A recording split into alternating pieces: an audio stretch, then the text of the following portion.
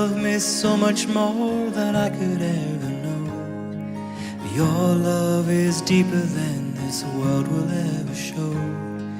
And all of life's beauty shines around this moment now. The sky and the cliffs, they seem to change my life somehow. And I will never be the same, will never be the same.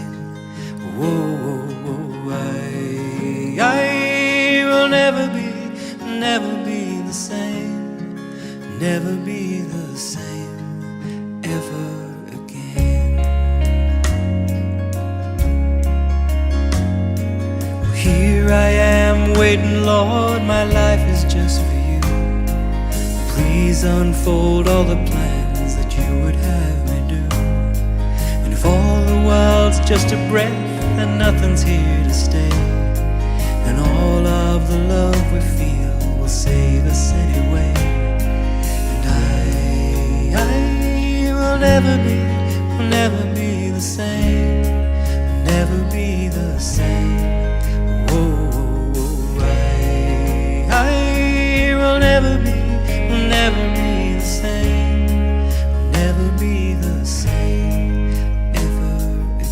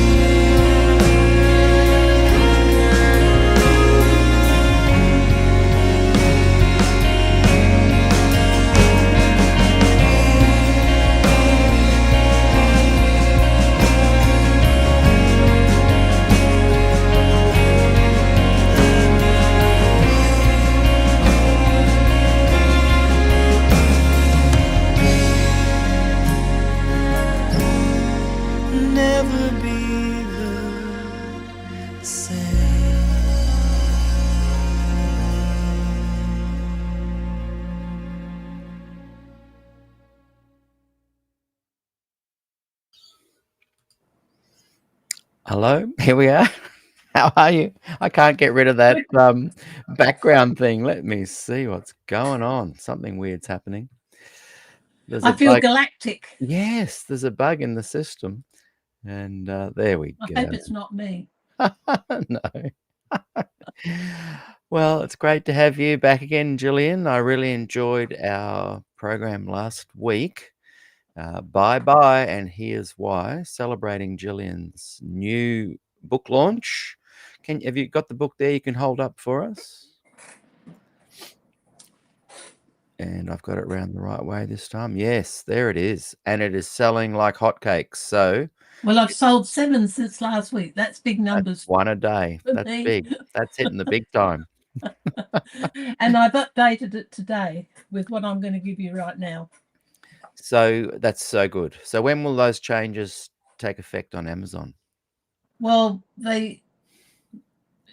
give it a day or two. Yeah. Yeah.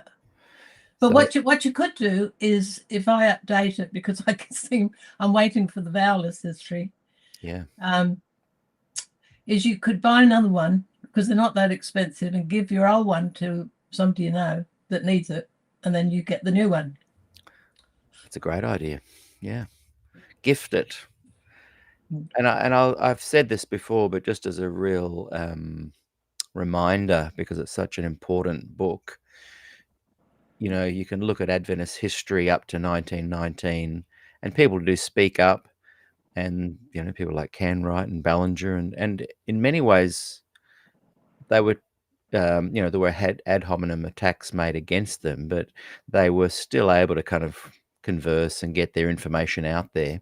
There's a period of time between 1919 and 1957 when Questions on Doctrine came out and people began speaking up again a bit more. There was a period of time in Adventism where the church was very successful in silencing its critics and people who were asking questions. And this period of time in Bye Bye and Here's Why, where we look at these dissidents, these people that spoke up and asked questions and were pretty much silenced. So we're looking at it 90 years later, and here's all this information of these incredibly talented people. I've heard their names mentioned. I haven't heard the vowelist name until we did the show a few weeks ago. But I've heard these names mentioned, but very little information has been found about them. So thank you, Gillian, for uncovering all of this, because I feel like now we've got Adventism revealed from 1844 to 2025 with no decades missed.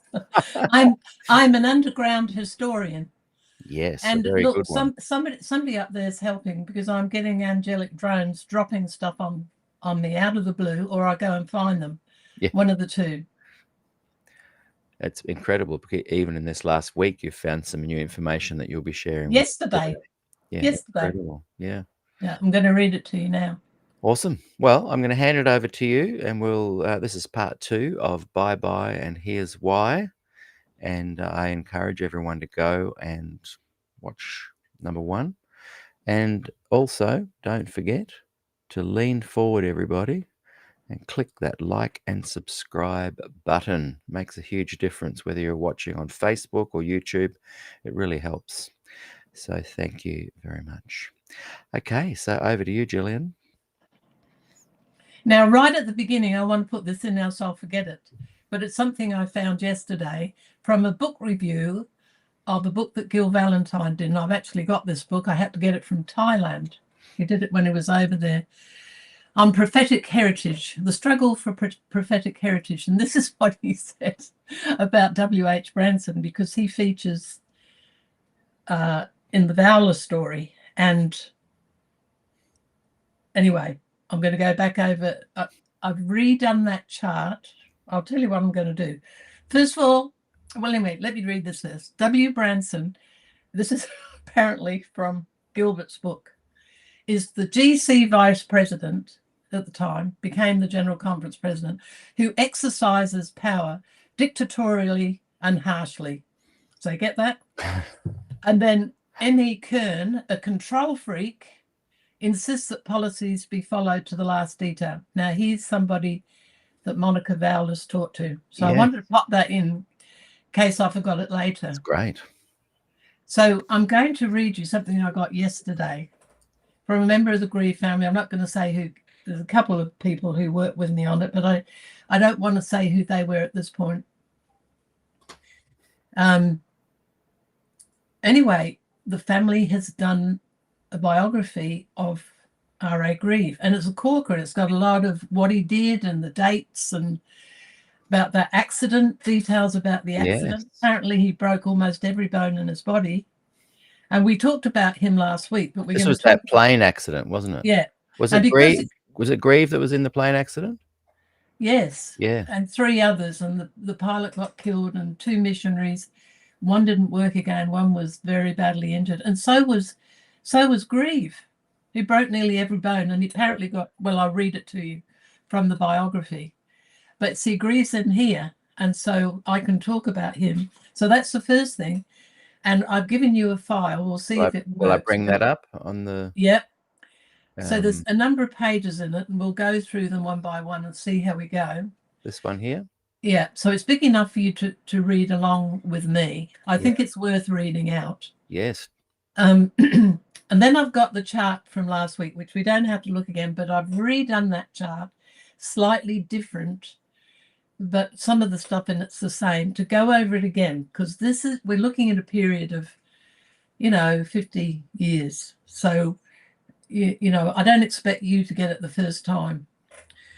And then I've got some other stuff. I've got that photograph that I wanted to show you last week from 1956 that was in Gilbert's talk about C.H. Watson, where he's got 7 arrows pointing to faculty in 1956 who did not believe in the investigative judgment or had questions with it, And anyway, so I've done that. And then I've put in a letter that I wrote to Gilbert when he spoke about Heppenstall, who he said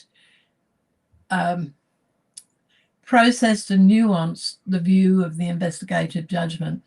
And I wrote to Gilbert and I said, now, all right, you'll see what I said. So that's this file. And then I can't give you any more because I've gone off Facebook. But we'll read to you about who's in the book. I'm not directly reading stuff at this point. But anyway, so that's what I'm going to do today if I get through it. Great. All right, so we're starting with this biography. This is now in this book. I put it in yesterday and also in volume 10. Very important, because you'll get the point. It was absolutely stupid to fire this man. Yeah. Look at him. I mean, for a start, he's good looking. Look at that modern haircut. That's the first picture I've ever seen of him. I know. I got a picture from the good. Same people. So anyway, here it is. And I've slightly... And I'll scroll it down as we go to make sure it stays on screen if I can. And one reason for me reading it is I can't change it in this form, but it's to proofread it. Oh, yes. Okay. Robert Armstrong Grieve. He got put out of the church in 1956. My friend Mary Trim went to church a couple of weekends with an ex-administrator of the church, and he said, he was a terrible man. And that's the reputation he's got, like Des. A lot of people now, because they don't know anything about what happened with Des, they think he's a terrible man, like this man. And I want to tell you how terrible he was. So Robert Armstrong Grieve, September 25 to 1907 to November 11, 1989. And this is put together by his daughter, Beverly Lukic, and she died about 3 weeks ago. The funeral just took place. So such bad timing. Yeah, terrible timing. Because you didn't get to meet her or talk to her or anything. No, and Diane Grieve Butler, who co-wrote and gave me this information. So he was born in the town of Beverly, Western Australia on the 25th of 1907. He was the third child born to James Henry Grieve and Mary Armstrong Grieve. I've done a family tree, these people without their knowing, so I know who his brothers and how everybody's related to each other. The family moved to Pingelly, where his father James was the editor and proprietor of the first local newspaper.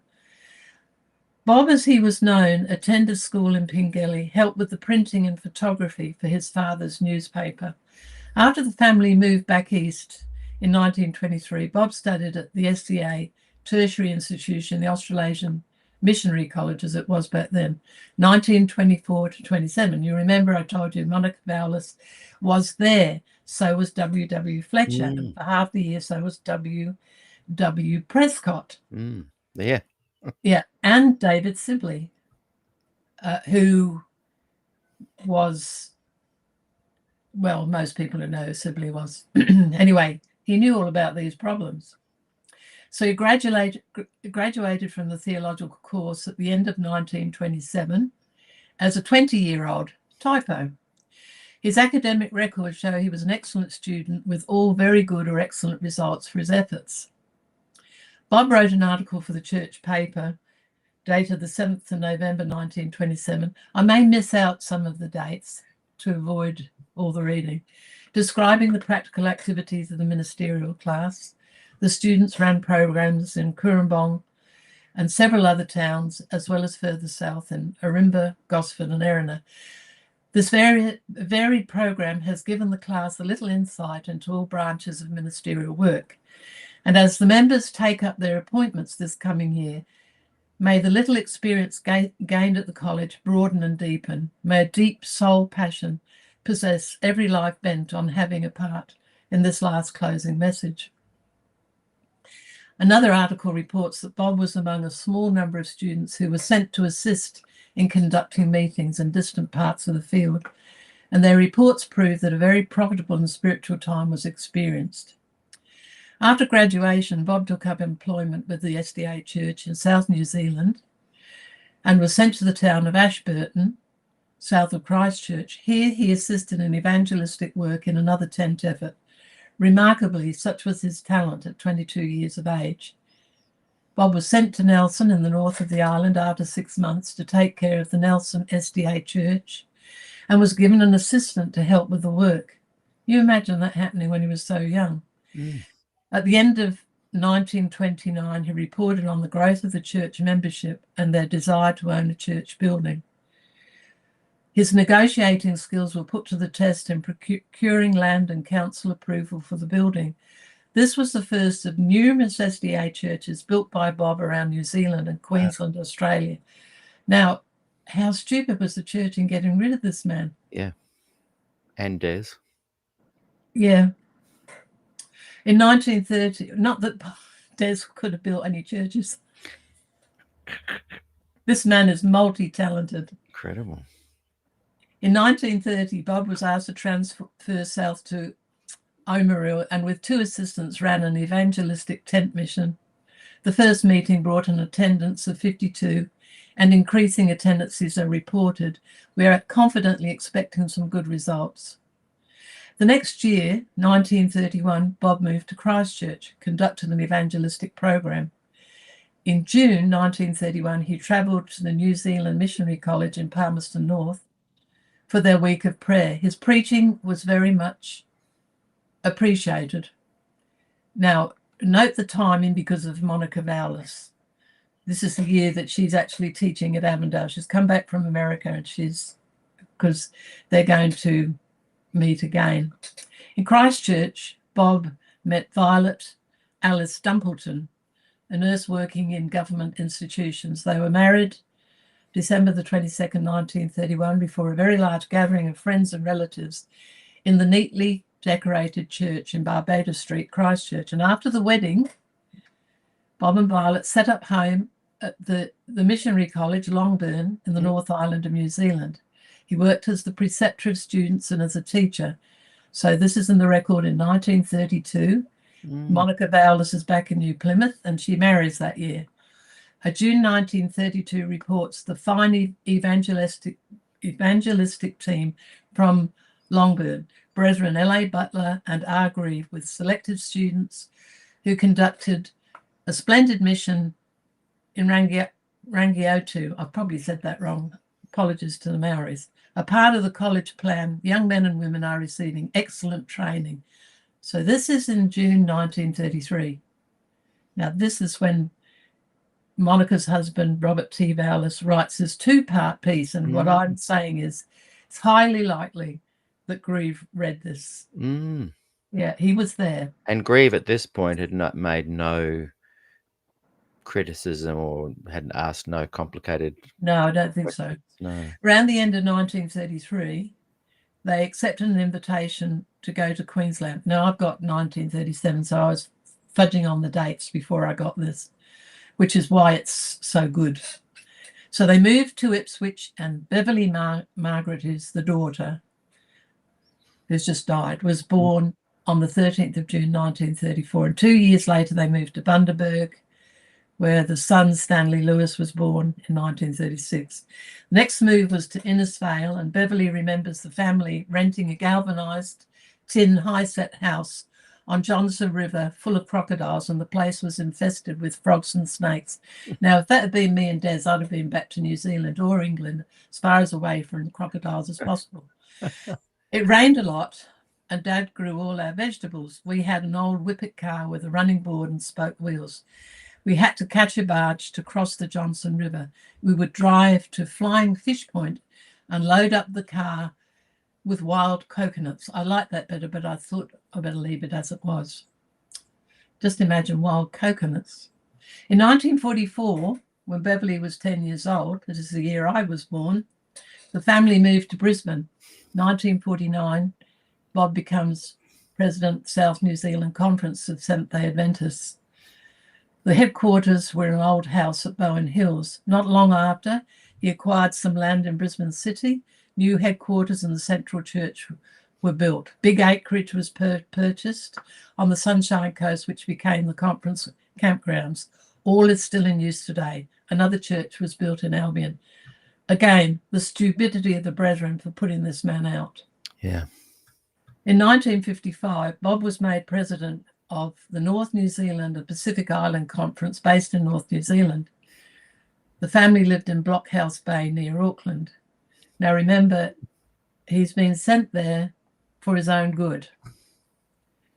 And I've got something that's not on this chart, but I found a husband that they hadn't actually noted in the biography, because Beverly Margaret married a number of times. She married in June 1955, but her father couldn't be at the wedding because he'd just been sent to New Zealand. Right. To reconsider his position. Another mean act. Yes. By the brethren. So that hints that maybe behind the scenes he was asking some hard questions by now. Oh, yes, he's speaking up. And remember, in 1955, shortly before this, R.A. Anderson has come over. I'll remind you of this when I do the chart.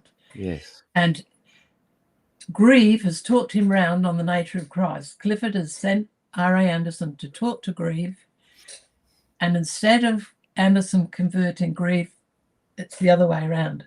So Grieve goes back to America, and then we've got he with Froome are trying to make the church more evangelical. We have movement of destiny and questions on doctrine. A very important connection. Oh, that is, I did not know that. No, and see, I wouldn't know about it either, except that I read Ages of Adventism, thinking that Lowell Tarling would have done a history of Grieve. In fact, I knew he did.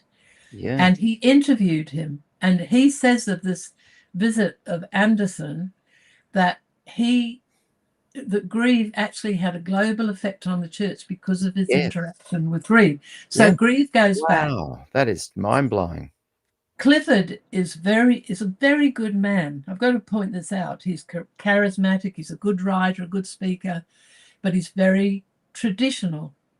And you've got to remember these guys, when you look at the lists of heretics, Grieve's only one of them.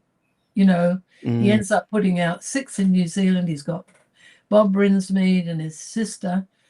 He was causing trouble over Lou Weir. There's Lou Weir still going on, and there's others. There's another Fred Wright in New Zealand. And I've got lists of them in places. So you can see the problem they had dealing with heresy, because Adventism sort of being on the edge of being a cult, if not, in fact, a cult.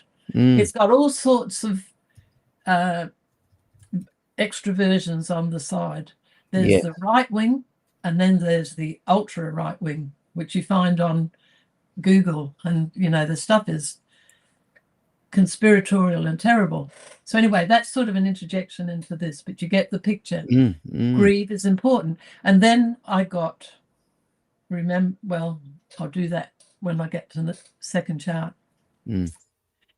So they mentioned that Bob was visiting Papua New Guinea. Now this was in September 55. He's just arrived in New Zealand, and he's over the Pacific Islands, so he goes to New Guinea, and he's in a plane crash. And I've already told you about this, but here's more detail. He's in Mount Hagen Highlands, where he was in a terrible plane accident. The pilot was killed. Remember, there were 2 missionaries. One was Gander. The other one, his name I know, but Gander never worked again. He was so badly damaged.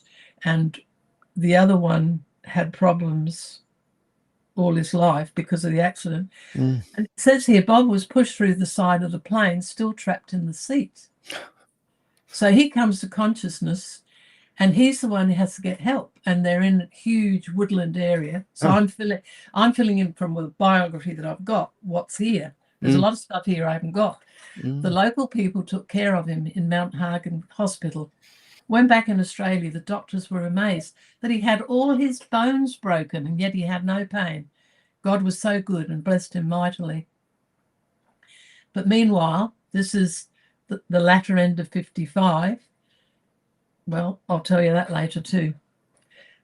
So Bob left the employment of the Adventist Church because of differences over doctrinal beliefs. Now, that is the plainest statement about the true facts that you could imagine.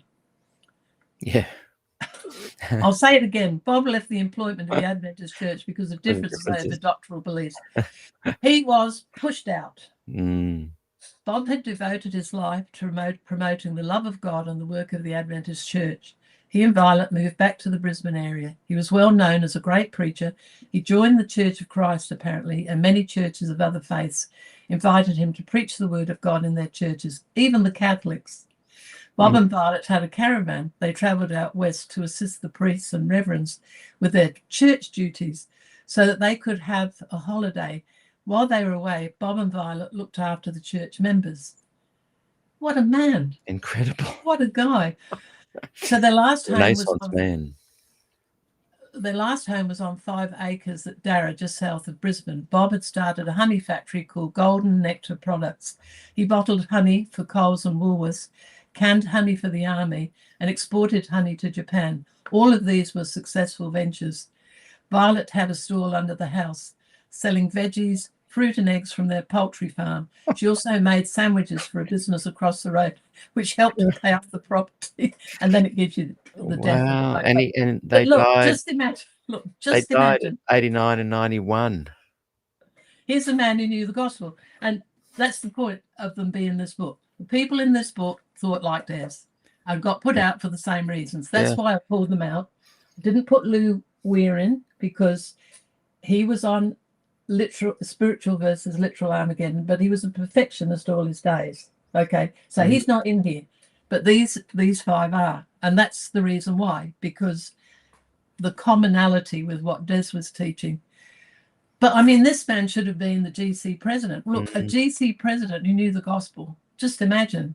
Yeah, interesting that he influenced folk like Anderson, who potentially were on the trying to adjust and change the church's views. And I think Figure was the president at the time when questions on doctrine came out. He I think sounds like he had some influence on that, and they were wanting to change the church. And of course, you and Des come along, and you're wanting to progress the church along as well. But it seems to me that those who have tried to advance the movement and progress it forward and bring it to a deeper and closer connection to the gospel and the Bible alone, it seems to me they've never, ever gained a foothold in the church that has really allowed it to make traction and move forward in a significant way. They all just the fact is that look how successful they go when they've gone. You and Des, these guys, Bob Brinsmead. But the fact is that the traditional and the liberal side of the church, and this is ultimately where I'll go, because in volume 10, the first section in the preface written by John Rosier is about for the traditionalists. And then the second one, which is 60 pages, which I wrote separately to these books, but I put it in volume 10, was in response to Bob Brinsmead, who is currently writing stuff about leaving Christology. And when I get to that point, you'll see what I mean, because I need to read some of that to get the point across. So the church on both sides, and then there's the meat and the sandwich. I've got this chart called the Adventist hamburger. And the reason I called it hamburger and not garden burger is because I couldn't get garden in, I could get ham in. But the other thing chats that I taught recently, you've got to excuse my silly asides, to Robert Cook, and he told me that the conservatives in the church who got him out ate more meat than the liberals who were vegetarian. So I put the Adventist hamburger in, sort of a personal joke. And you've got, between the traditionalists and the liberal church, you've got a group, relatively small, who believe in the Pauline gospel. And this ultimately is where I'm trying to go. I've done multiple charts on really following Bob Brinsmead in his various positions. I call it going down the plug hole. When I first sent the first one to Milton, he looked at it and he said, "Are you on mushrooms or something?" So I've had to keep working on it because I've got to get it simple enough for people to understand, because that's what I do. I'm an explainer. All right, so now this next page is the chart I read to you from. And we go from that, go to the next page, because I've redone the chart. It's got some of the stuff the same. So I'll we're just do it going slowly from, so people not this can. page, not Yeah, this I'll just do page. it slowly so people who missed it last time can just have a quick. Well, they'll get it slow again on read. the next chart. It's not that different. Oh, okay. But see, I want to go over this again because it's a lot of years and it's a lot of names and a lot of, just to get it again. You know, Des used to say to me, Yeah. he used to repeat stuff, and he said that's because of the sorry nature of the audience. He said speaking in public is like speaking over open glass bottles. Most of it goes in the air. So I want to go over it again, but I've slightly changed it. And that's this. Have I got on the right page? Yep, you're on the right page. Last week we saw the whole chart. It's a shame we can't see the whole page, but anyway. So the people in red are the people in the book, and I've explained to you they're people who thought like Des. Yeah. On the same issues that he was put out with, and the ones in blue are other people who are sort of involved in the story, but they're not. They're not in this book. All right. They're not the key players of the book. So you've got Monica Chingvalis, who was unknown before Mary Trim mentioned her aunt Molly or Monica and led me on a journey, and her husband Robert Thomas Vowlis. And you've read that story out, so you really don't need to read it again. No. When I do my next file, I've got a summary of what he was talking about and what she was saying. That's all we need. And this is all in the book as well. Bye. And oh yeah, this is in the Bye book. Encourage everyone, go and buy it on Amazon. You did three. We did three. I was part of one or two of them. I think you did one on your own, where we read out what Monica Vowlis and Robert T. Vowlis actually said. Yeah, because these are people who are in the book. Now, Wally Drain's also in the book. He was one of the ones put out in New Zealand in the 50s. He wasn't a writer to speak of. So, but the others were very erudite. R.A. Grieve was brilliant. And so was Monica. You know, she went to do medicine in America and she taught English at Avondale. So she's no fool, nor was her husband. And then I've got Basil Barnard. Now, he wrote 4 brochures. And I've written down in the next thing that I do after I finish with these charts, what his charts were about. And I could read one of them, but it's the same stuff as Des, okay? That's why they're in the book. So we've got Monica Chingvalis and Robert Thomas Vowlis and Basil Barnard, Robert Grieve, and then the other one is Wally Drain. And Grieve and Wally Drain are in both this book and this book. Right. And Monica Vowlis and Basil Barnard are not in this book because I got to 580 pages and I ran out of space. So I did a separate book for a purpose because I thought people might buy a little book.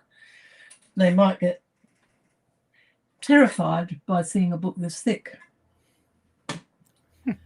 which made my volumes on Glacier View, the history of Glacier View, 13 inches wide, I might add.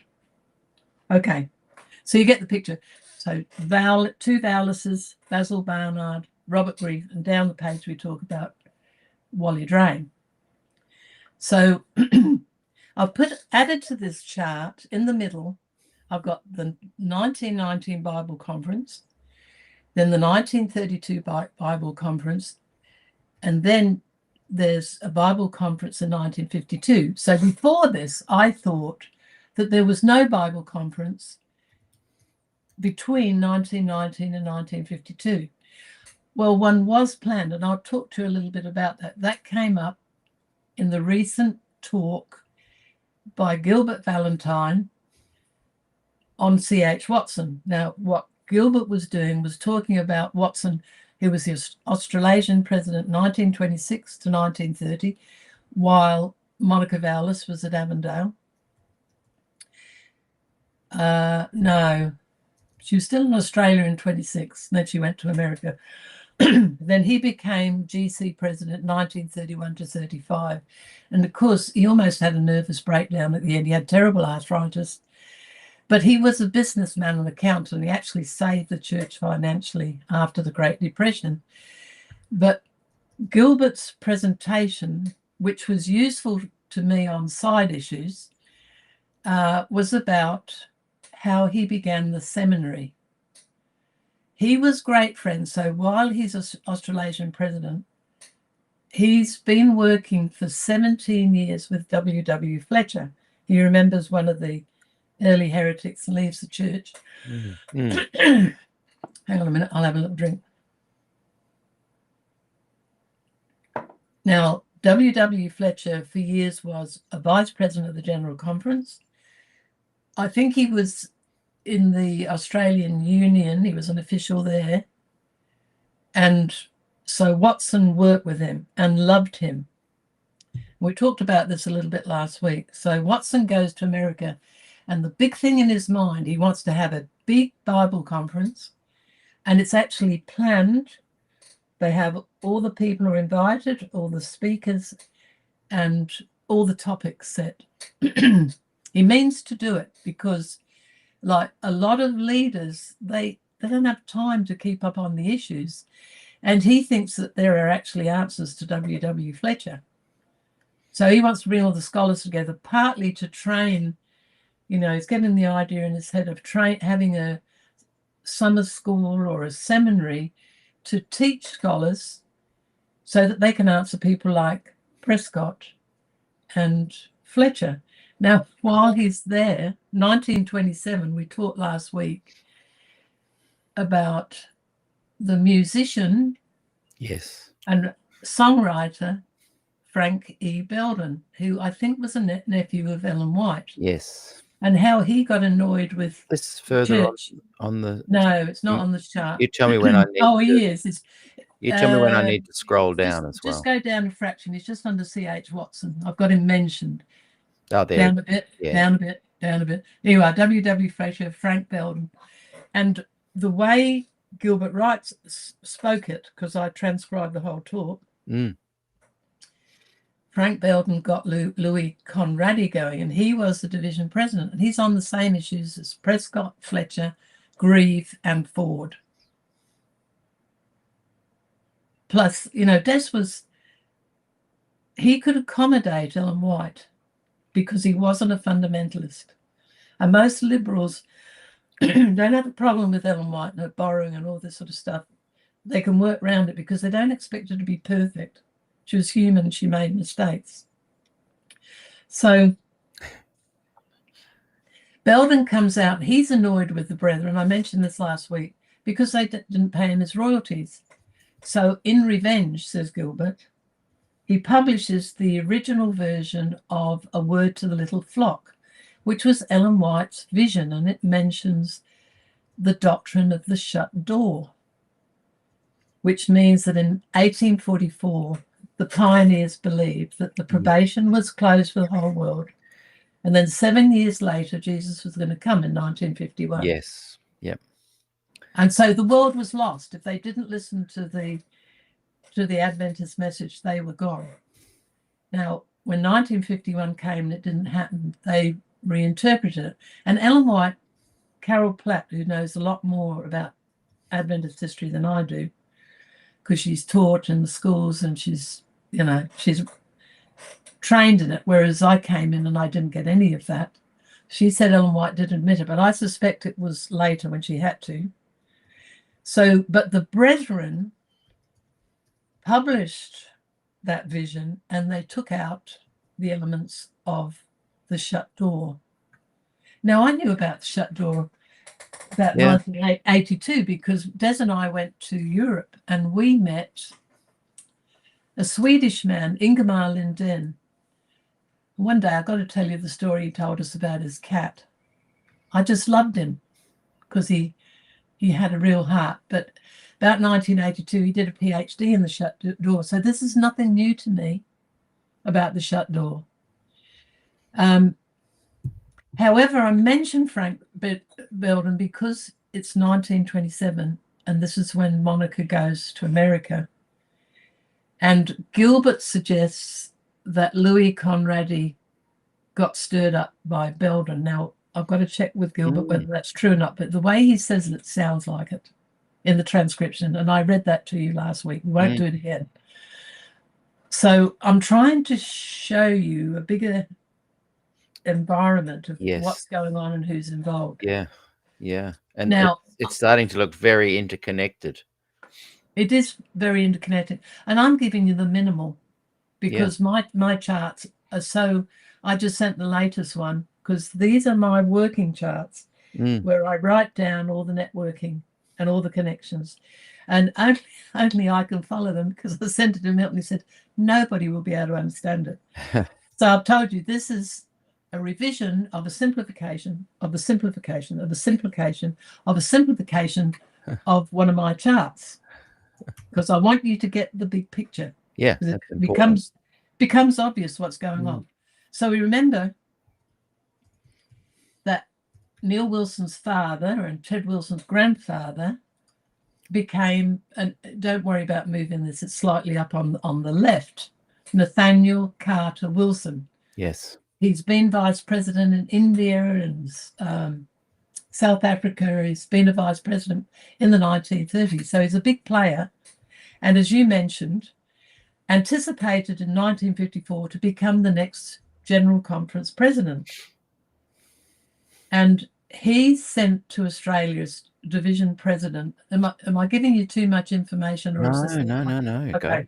Go. It's great. So he comes. I'm just not responding because I'm absorbing it. I love it. Okay. So I did go over this last week, but I'll do it again because it's a lot to take in. So Lou Weir, who's up on the left, but we don't have to worry about that. He's coming out in the 1930s he's fighting Uriah Smith and all those because of the First World War, etc., and the rise of Turkey and everything, are big on last day fair. They're actually futurists. And George Burnside and all the CBs followed Uriah Smith and accused Des of being a futurist and didn't realise that they were actually futurists and Des wasn't. That's one of the big laughs in the story. So anyway, Lou Weir has been put out in 1943, and that was a setup by the Brethren, a very unfair setup. But he stays in the church and he keeps attending. He gets a lot of abuse, but he's still writing. He's taking meetings. And so he's still around when Carter's there. And he's a problem, Nathaniel Wilson, another NC Wilson. Wilson's been there since 1948. And I'm trying to think, it's possibly in 1949 that there's a General Conference president. Weir goes over there, and all the scholars in America greet him and take him off to a Bible conference.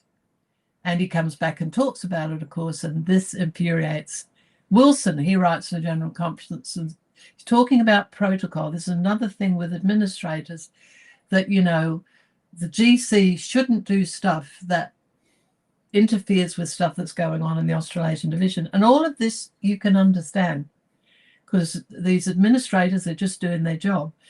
So Wilson's upset with Lou Weir because he's been noted in America. Anyway, I've written about that somewhere in detail, so you don't have to worry about it if you get the books. Now, he gets into trouble, probably not an overt problem, but foolish behaviour. He resigns, and I've got the papers in Australia and the GC, and it gives all the people who were present at the committee where they talked about what happened very discreetly. And they basically say, we only tell people on a need-to-know basis. So this, I believe, is how Francis Clifford, lower right on your page, comes in, because he's worked in the 30s and 40s in South Africa. He's British, but he knows Wilson. They worked in administration together. So when they tell him, he's a friend, and it's sort of keeping the information in, if you know what I mean. It's been very well kept in until I blew the cover. So you get the picture. And as I say, Clifford was a very good man. You know, he's got 3 sons. They're now very old, and possibly some have died. But he put out 6 people in New Zealand, and one of them was Grieve. And we mentioned that in 1954 Wilson was going to be GC president. Yes. Yeah, but Australia sent over 4 representatives, and the vote lost by 4. Yeah. So that was Neil's father. Yeah. That was Neil's father and Ted's grandfather. But he still went up the ladder. You know, I think he went to Indonesia or something like that as president of the conference, or one of those countries after Australia. And he went to America, and he became Michigan State Conference. And I've linked him because there was a past article. A lot of the spectrums from early on, you can't actually find them in the archives for some reason, or I haven't been able to. And one of them mentions that the Wilson grandfather was with Neil Wilson at Dallas, that they sat together. And of course, they discussed how to deal with Des. And so he's part of the demise of Des.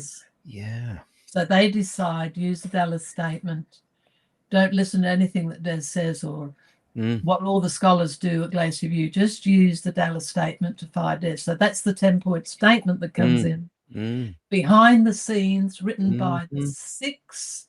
Yeah. And most of the people there weren't even conscious until it happens. And so no. Des, happy with the consensus of the scholars, because I know when he read it in the Friday morning, I was sitting next to him, and he said to me, "This is great. I can live with it." He didn't think everything was his way, but he said if they follow this on, they do further study, then they'll come all the way. That's what he told me. He also told Fred Veltman and others. So he was happy with the consensus. On Friday afternoon, the leadership, I'm going off track here, but it just gives you a huge... No, it's this, what you're talking about today, it culminates in what happened in 1980 at Glacier View. That's very important to remind people that that's where this is all heading. It's and you got to too. Like I didn't realize, like all of these guys in red that we've had up before. This is the era where, you know, there were lots of really scholarly people on the scene, academics, people that really had a burden to bring about some progressive and positive change. I didn't really put 2 and 2 together, that the resistance to that is also forming and came to a head in 1980 with Neil and Pearson. And so these guys must have been fully aware of this build-up, you know, and I think that's why Pearson and Neil Wilson said, hey, we've got to draw a line in the sand. We've got to, and it just so happened that Des was the scapegoat. Before Glacier View.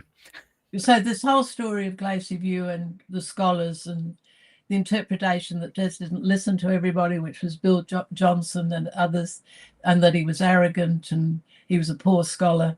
These are the excuses that came in when, in fact, people like Bill Johnson and Fritz Guy believe the same as Des did. Yeah. And, you know, I mentioned to you that in here, I've got a trail of people who were put out. This is the way the book worked out. once I got the Wally Drain article and went back to Greer, then I went back to, and I ended up with, I don't know, 7 or 8 people who got put out of the church for different reasons. The first one was a Liberal, and then Ron Numbers is sort of near the end. He was over Ellen White, and actually very mild today compared to what came out. Yeah. And see, the attitude of his grandfather, this is where he fits in, W.H. Branson, who is a vice president, is on the boat with Monica Vowles going over to America. She would have talked to him. He's a vice president then, but he's a GC president just in the early 50s. And then he has a heart attack, so he's out of there. But you remember that comment that I just made about him, the harshness of his personality. He makes this, well, I'll get there in a minute. I'll tell you that bit. Yeah. He basically says in 1952 that he makes the statement that the ministers in the church are not to read anything outside of Adventism. They're to read Adventist authors and Ellen White, and that's it. So he's taken the same position as 1919 by candle snuffing. But you've got Anderson and Froome, who were voracious readers outside the church. So that's a bit of a laugh at the same time. Anyway, where did I get to? So I've got Wilson. And remember to tell me if I need to scroll up. Yeah, I will. So we can go down a bit to Branson in 1948. See, that's at the bottom of the page. So if we go down a little bit, I'll just get 1948, C.H. Branson. And of course, that, I've got it here, so I can. how does that? Yeah. So there we are. It takes a position ministers to read Adventist authors only. And what this does, 20 years, Ron Numbers is going to come up. His grandfather's gone, but because he's taken that position. Just a quick reminder, Branson is Ron Numbers' grandfather. So it's really interesting getting all this information too. And of course, Branson and Numbers were cousins. So Numbers came from elite family, and they sort of practiced on Numbers in 1975, getting ready to kick Des out. Yeah. He wasn't related to anybody except Ray Smith. The book that he wrote, and we're reading on SDAQ&A Book Club. Yeah. This Thursday. So you see the connections and how I love it. The decision of Branson in 1948 or 52 affects the church. So they've got to be compliant to what the GC president says. So I've got it here, you know, Dooms' grandson, Ron Numbers, who, when you read the introduction by John Butler, and John Butler in the third version, in the third publication of that book you're reading, John Butler, I think that Ron Numbers added a preface on the psychology of Ellen White. That's right. And Ron Numbers had, and I've got that article of John Butler's in volume 10. Got permission from it because he's somebody I write to. Oh, good. Because remember, in volume 10, when I'm dealing with Lowell Tarling stuff, he said, I wanted to do a summary of his book. And he said, I'm not interested in the religious stuff anymore. Talk to Bob Wolfgram. And Bob Wolfgram has read at least the first 5 of my books. And he loves them. Yes. So we're working on that. And he tells me, I've got an old podcast, an interview I did with Ron Numbers.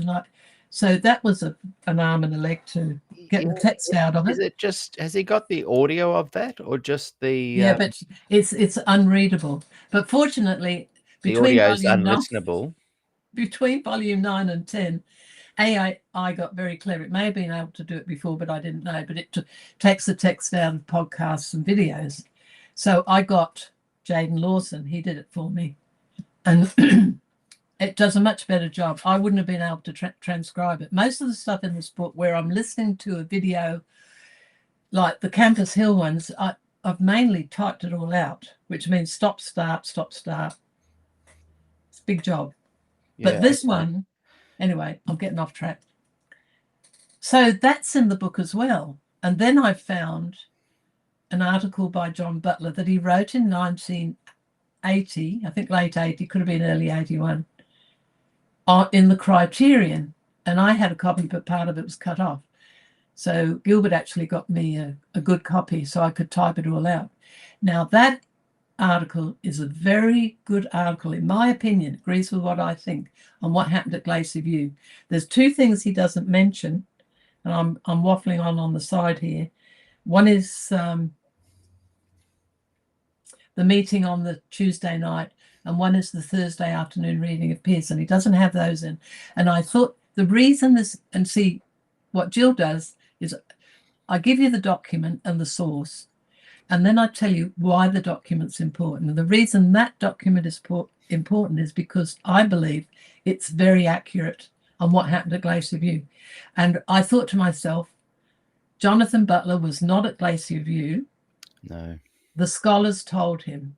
And when I was talking to him about this, he said that he'd just done an interview with Fritz Guy. And see what that means is Yes. Fritz Guy knew what happened at Glacier View, even though when he did the interview with you, he couldn't remember much about the 10-point statement, but he could at the time. Oh, yeah. Yeah. And then later, the scholars, he actually, I won't go into that. I'm getting off track. That interview is coming up soon, by the way, on our re-release of season 2. The Fritz Guy, Larry. Well, Garrett. I could talk about this then. Yeah. All right. Exactly. Oh, and then because by happenstance, this is, I mean, the vowelless material coming in, and that letter that we read out last week from Kranz suddenly appearing, which is a bomb of a letter. That is a absolute bomb of a letter. Yeah. I put it in this book, and another one I've just done, which is Des's master's thesis, and I have written an introduction to that I want to read online to you, and that's the one I want John Rosier on to comment on, where I've outed many people that I know who didn't believe in, at various times. And that was all seeded because of Gilbert's talk, which is not yet up online on YouTube, but he's done it several times. He's done it at least 4 times. So he sent me a copy that I could listen to, and I transcribed that. It took me all day. Yeah. And in it, he had a photograph. I talked about it to you last week, but I've actually got it on the next page, so I can show it to you. Yeah. And in it, he's got 7 arrows, I think it's 7, pointing to faculty in 1956. This is the year that Grieve gets fired.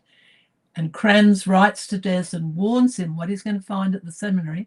He doesn't mention Grieve in the letter, but that's why he wrote, because it's when he's gone back to New Zealand, 1954, and Grieve gets fired the next year, and Kranz is there. See, and the other 4, Wally Drain and the 2 others that went out with him. So he writes to Des, who was his reader, and he knows Des doesn't know about this stuff. So he writes him 2 letters, one in 56 and one in 58, pretty much like the letter we got, but the letter we got is much stronger in content. And he's warning Des, number 1, we've got a problem on the way we use Ellen White. She was wrong in many things, and we're not being honest about it.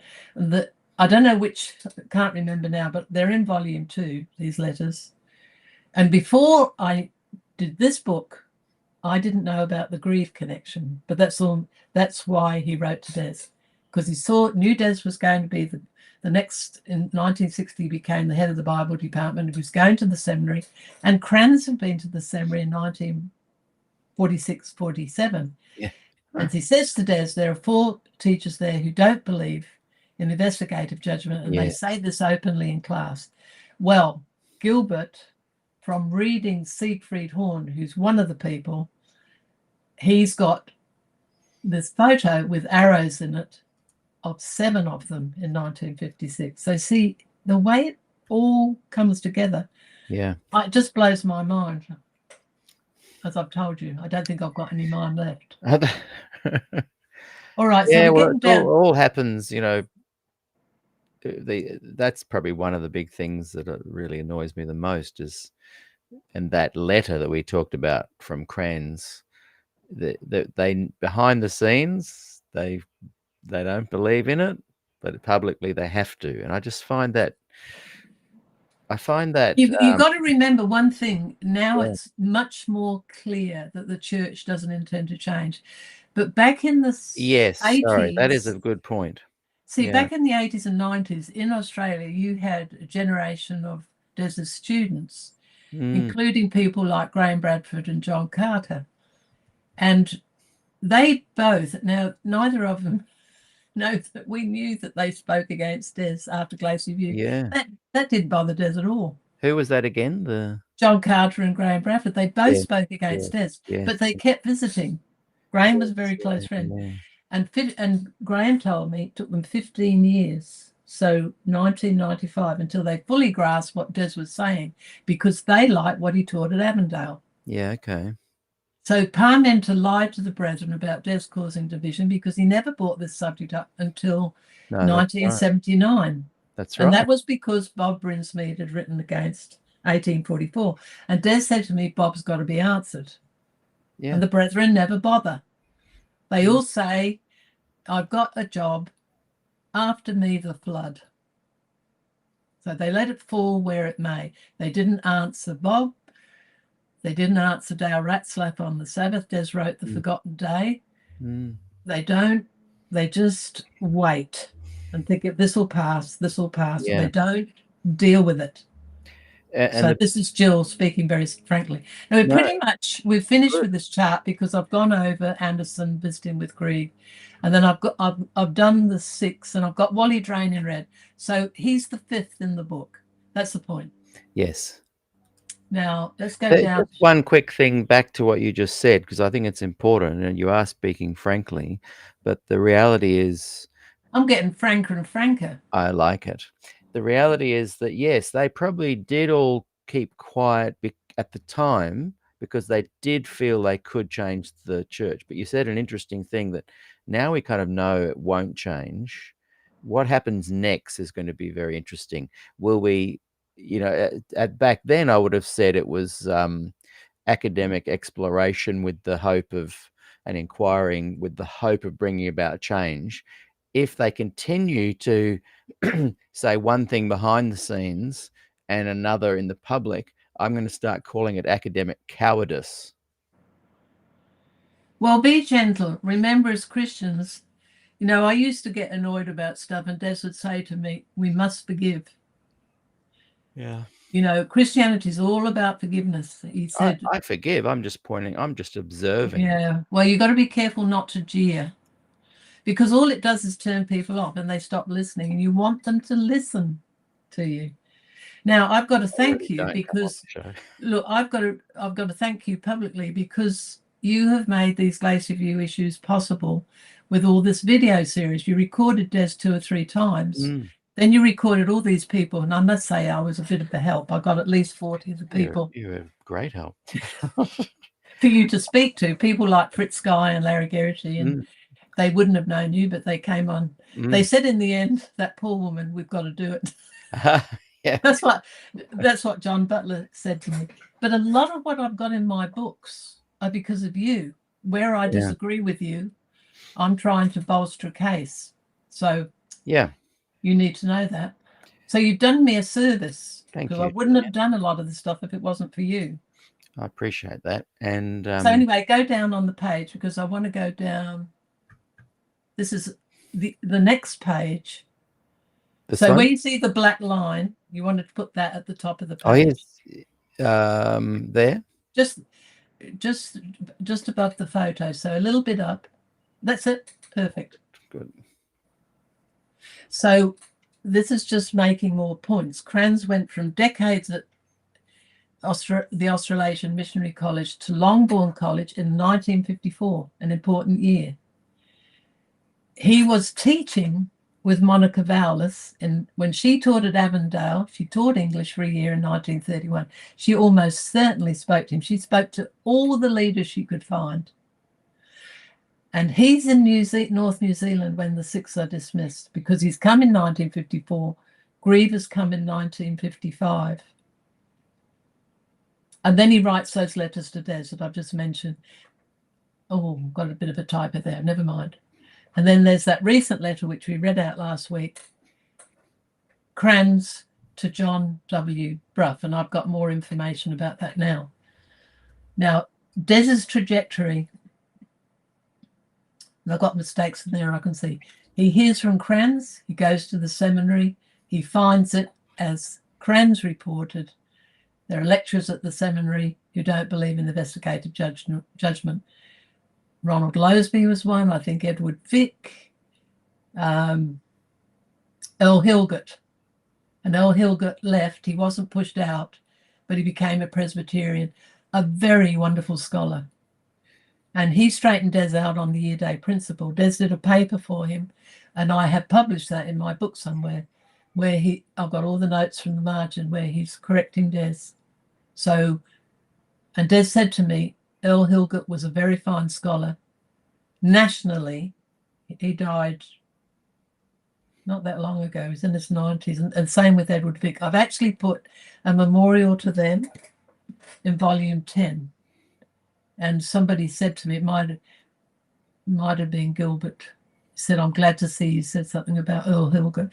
I took it from, obituary stuff, and also Edward Vick. Because what happened with Edward Vick, and he wasn't causing any trouble. Pearson was trying to get to, he used to come and listen to the teachers, and he wanted a sacrifice. And so Vick who wasn't real trouble at all, he went back to Oxford to do some work. And while he's there, his contract is broken by Hamill, a very political move, according to those who watched, in order to appease Pearson, so that Pearson didn't come in and interfere more than he was. So that's a little sideline. That is very interesting. So 1958, and of course, David Thiel was here about a month ago, or it might have been a bit longer. And he said to me, why don't you do Des's thesis? This is when hoping I've finished everything. And I told you, they went to bed in my spare room, and I went and started work on the other PhD. And in the morning he said, no, I meant the master's thesis. So I ended up doing both. So I finished the master's thesis. He finished it in 59, not 57. It's called Daniel 8 in the Latter Days.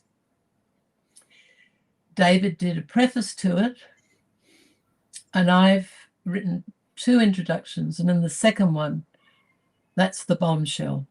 And I've called it, I wandered, not wanted, lonely as a cloud of witnesses. And you'll remember that's a poem, I think, by Wordsworth. Yeah, Wordsworth.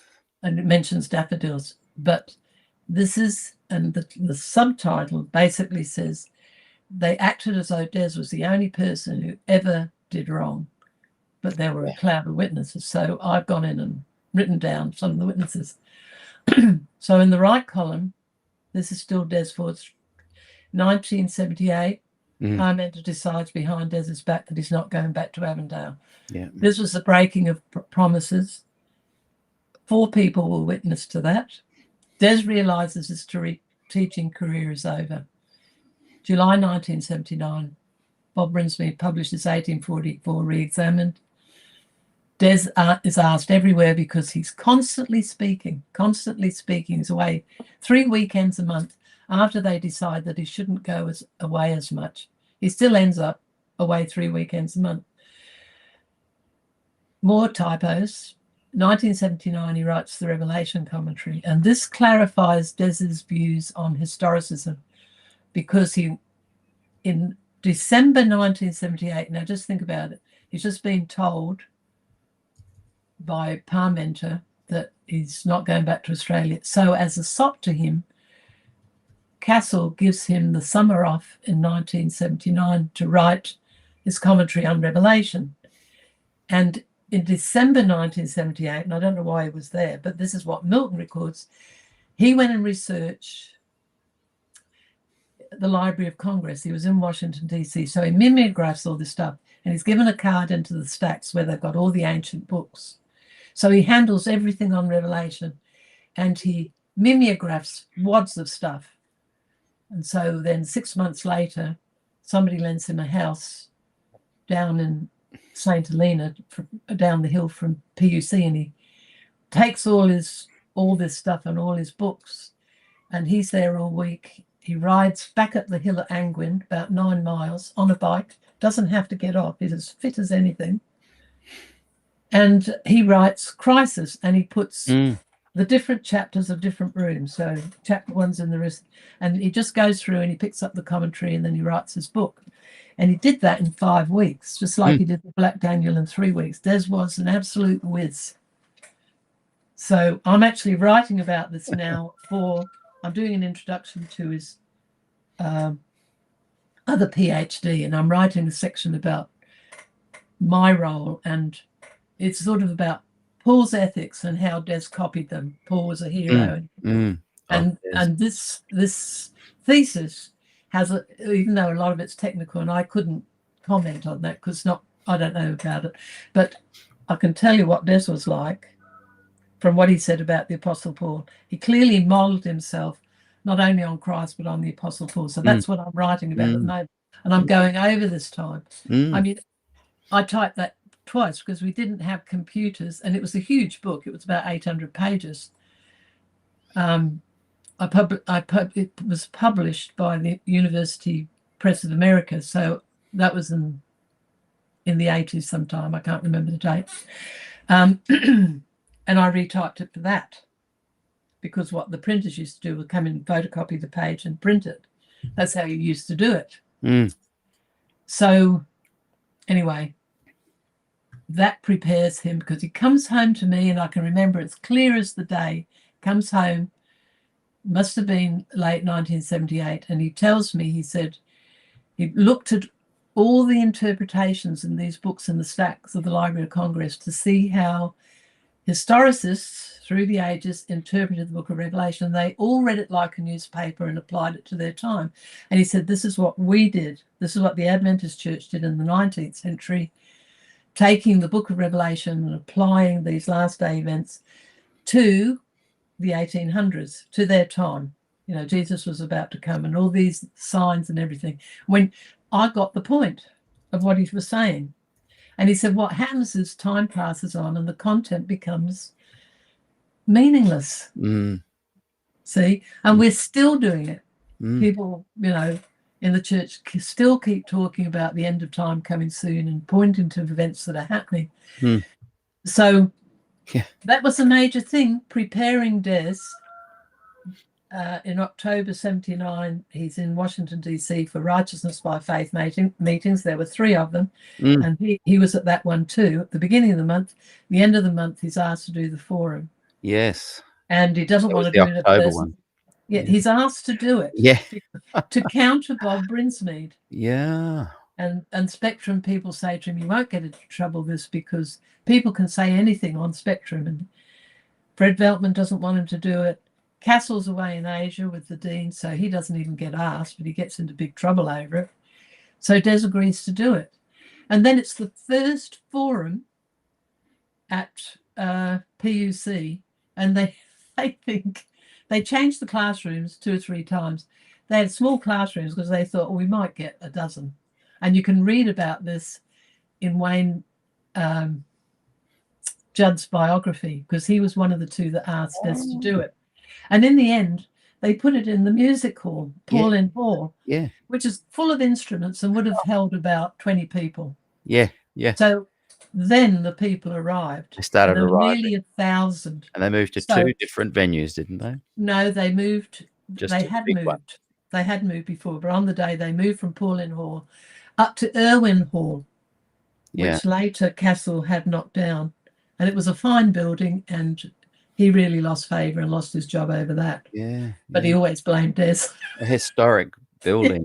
But, you know, I was at the bottom of the stairs watching almost 1,000 people going up the steps up the middle of the campus. What a moment. Oh, I wish I'd had a camera. I wish I had a camera. I don't know. So anyway, that gives you a picture. Yeah. Hey, I've got a nip out for 2 minutes. You keep going. Will I scroll the screen down? Yeah, scroll down. And about, because with this to picture, the photo. Yeah. Put the photo on, and you don't want to miss this. You sure you don't want me? I can hear you. I'll just be literally just over there sorting a little. Just show What's that you story can left? see the top arrows who it's pointed to, and then you need to go down a bit to and I'll tell you who the people are pointing to. Can you see? Well, I've got it on my screen, so I can't see. no, I that's can't all get right. them both in one. No, just put the picture with the arrows on, because I can read And it you from can use here. the names, and then I'll scroll it down. Yeah. I won't be long, and I've got the volume up. I'm just literally 3 meters over there. Okay. I'm going to bring you into here though, so that you're a bit bigger while I'm tapped out. My hair, it's shocking. I think it's the electricity that I'm generating. There we go. Okay, goodbye, Peter. Now, what we're going to talk about? Let's talk about Peter. No. Okay. So here's the I could still hear you. Well, I'm not going to talk about you anyway. It was a joke, Peter. So you can see these arrows, which Gilbert has put on this photo. It's part of his C.H. Watson talk. And you've got, this is 1956. This is the year that Crans writes to Des, and Des goes in 1958. So the arrows are pointing in the back row to Earl Hilgert. I can't peek. I'm pointing at the screen, but I can see on the screen, and I'm pointing at it, but it's no good. Anyway, I've got the photo over here. So I've got Earl Hilgert, Winton Bevan. Winton Bevan was the person who suggested to Des that he go to Michigan State University to do his PhD there. The next person to Winton Bevan, who's next to Heppenstall, who's the little one in the back row, he wouldn't have believed in the investigative judgment either. I know that because he married Des and Gwen, and they were close friends. So I know what he thought, but he never said anything. He'd been put out of the church in Britain because he didn't believe in Turkey as the king of the north. So he got sent as a convict to Australia, which is where Des worked for him as his reader. So then we've got Edward Heppenstall, and the next one is Alger F. Johns. I don't think they've done an SDAQ on him, because usually I go looking to get some details. I know the name, but I don't know much about him. On the second row from the left, Ronald Lowsby. He was a Greek teacher, and he in class used to say, we don't get the investigative judgment from the Bible, we get it from Ellen White. Now, if the church just said that, the problem is gone. All you've got to do is admit the truth. The next person is Siegfried Horn, the writer of the diaries that Gilbert has transcribed and is talking about. He's a person who doesn't believe in this doctrine. And then on the right, we've got Daniel Walther, another one that I've heard of, but again, he's not in ESDA, so I can't give you any details about him. So let me see. So my conclusion, and you can't see it here because it's at the bottom of the page, many church workers agreed with Des on the investigative judgment on the quiet. Provencher actually said it in public at Glacier View on the Thursday afternoon. He had an interchange with Wilson and Parmenter, which he prearranged, and in the end, Parmenter reneged. But he was trying to say, I don't believe in the investigative judgment. He said, but I don't agree with Des on justification by faith, which is the liberal position. They're anti-Luther. They see they see justification as a legal fiction.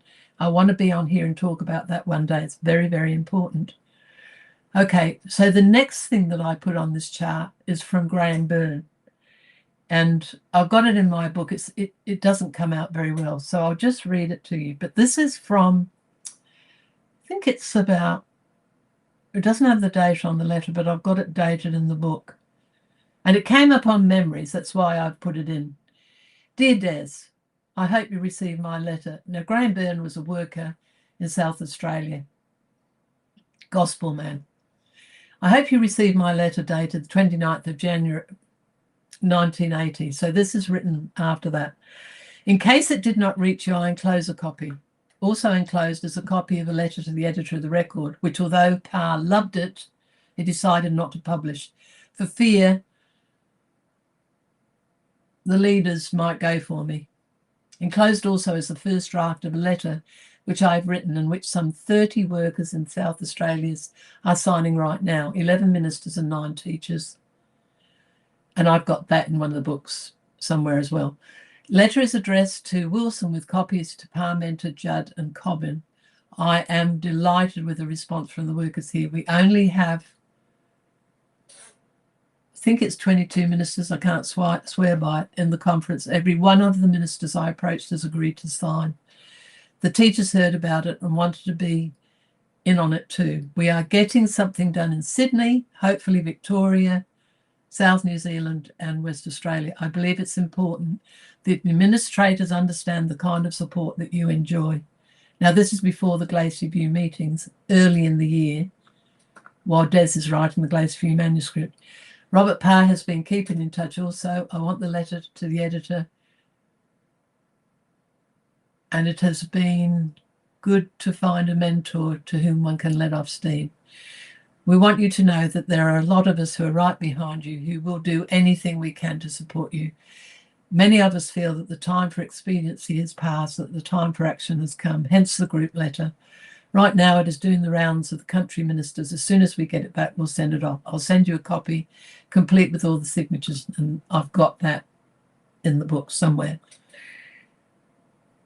I'm fascinated with the article in Christianity Today. That may have been by Ken Samples. That reporter really did his homework.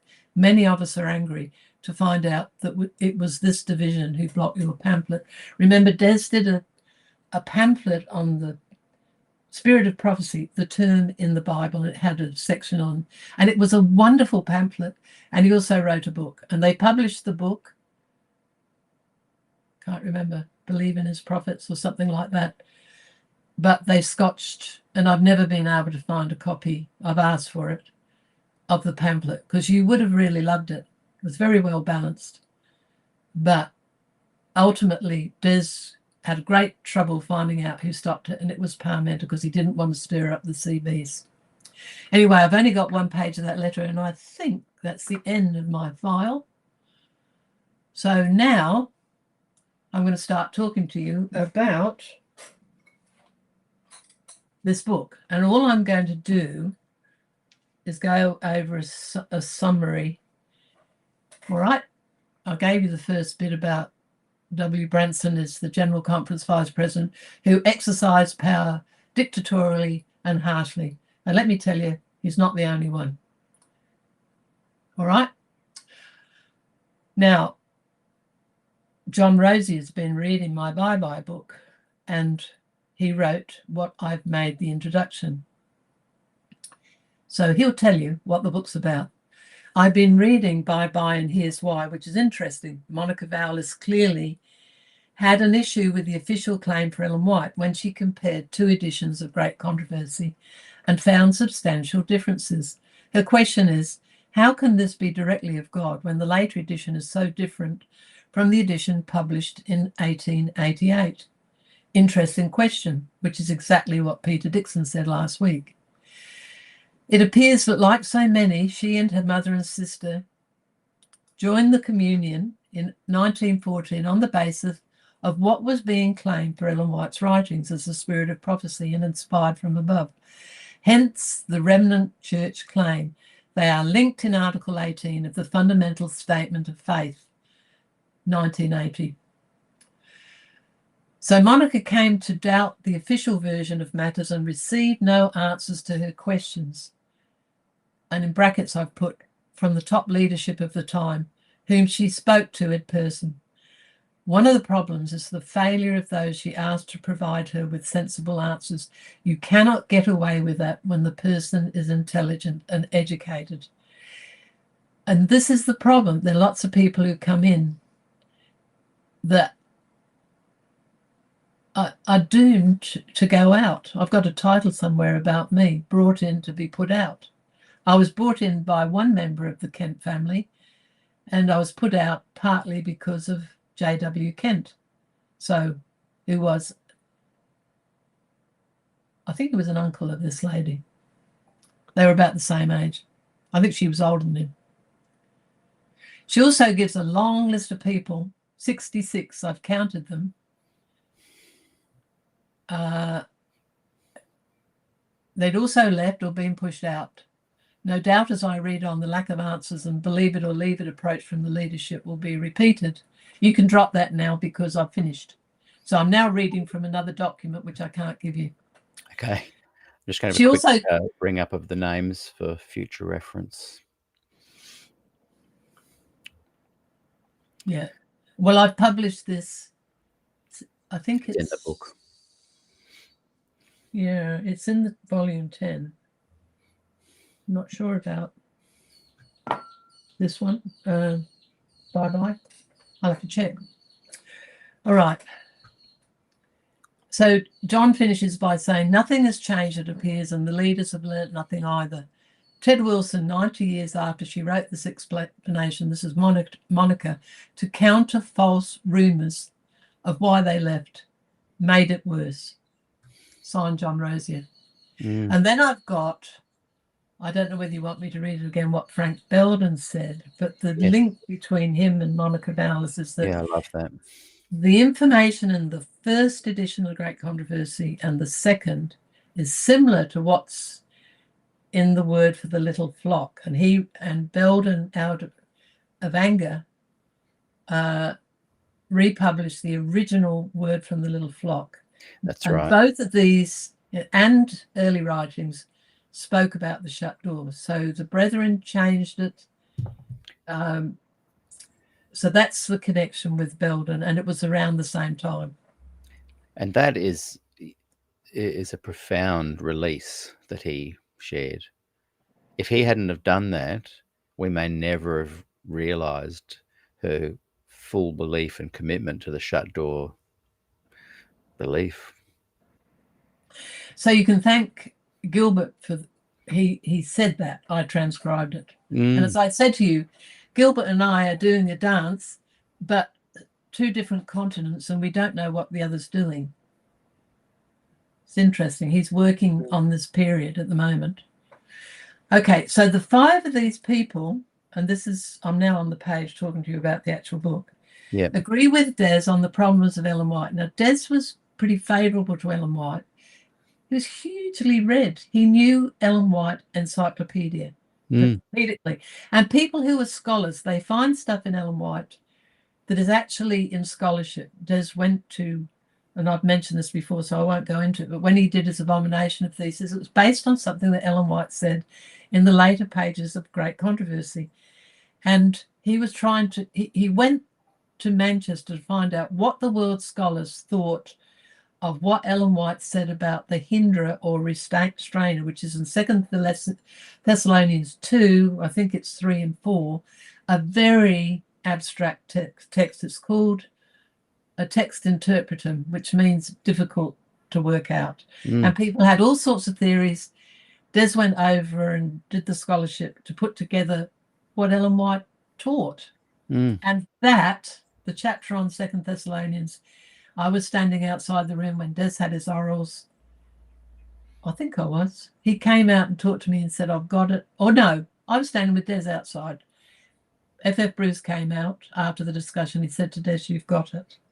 And he said, if you're asked what your contribution to knowledge is, point to this chapter on 2 Thessalonians 2. And he got it from Ellen White. And he said to me, he knew all about Ellen White's sources. He knew some that Walter Ray didn't know about, and he taught it in class that she borrowed. He said, I don't know where she got this from, and it's completely different to what the pioneers and her husband taught. So in the beginning of Great Controversy, she follows the pioneers in the traditional view, and she definitely believed in it. But in other places, she wrote stuff that had gone beyond it. And in the last part of Glacier View, and if you see Des's Great Controversy, I've put it in the book somewhere, he's got all his circling of those lines. I mean, he did his homework and written in the margin, and it's like a maze how he's sorting stuff out, a bit like I do, but in a different way, and much cleverer. That's why you were a good team, though. He and Ray Cottrell, and Ray Cottrell was right on justification by faith and the investigative judgment, but they both had a high regard for Ellen White, and it was because of what they knew at a scholarly level. They knew that she had something, despite all the flaws and the bad behavior and all that stuff. They still regarded her highly. Can I ask a question? I'm not sure if I've ever asked this before, but did I won't know the answer. did Des and you ever discuss any thoughts he had with what I call that next step of thinking, accepting that she's flawed, devotional, inspirational, all of that stuff? Did he ever go, but she claims God told her that the closed door was true? If it wasn't, is that a little bit bigger than just a flawed human being? That's a claim of a, and she's done more than just the shut door. There's many claims that have been demonstrated to be wrong. Did he ever talk about maybe next level she may be a false prophet? Or did he just kind of stop at the point that, well, she just says God told her, and that's part of being flawed, to be deluded? You know, in the 70s, and of course, one of the things I've pointed out, Monica Vallis, they talk about this issue of her having mental effects from being hit by the stone on the forehead. But she had a type of temporal epilepsy. Yeah. And the charisma and the fainting and this sort of thing. Now, Malaris Kaperis, who was actually a skin specialist, but he was the editor of Spectrum, he wrote about this in Spectrum in, I think, the 1980s, I'm not sure, 70s.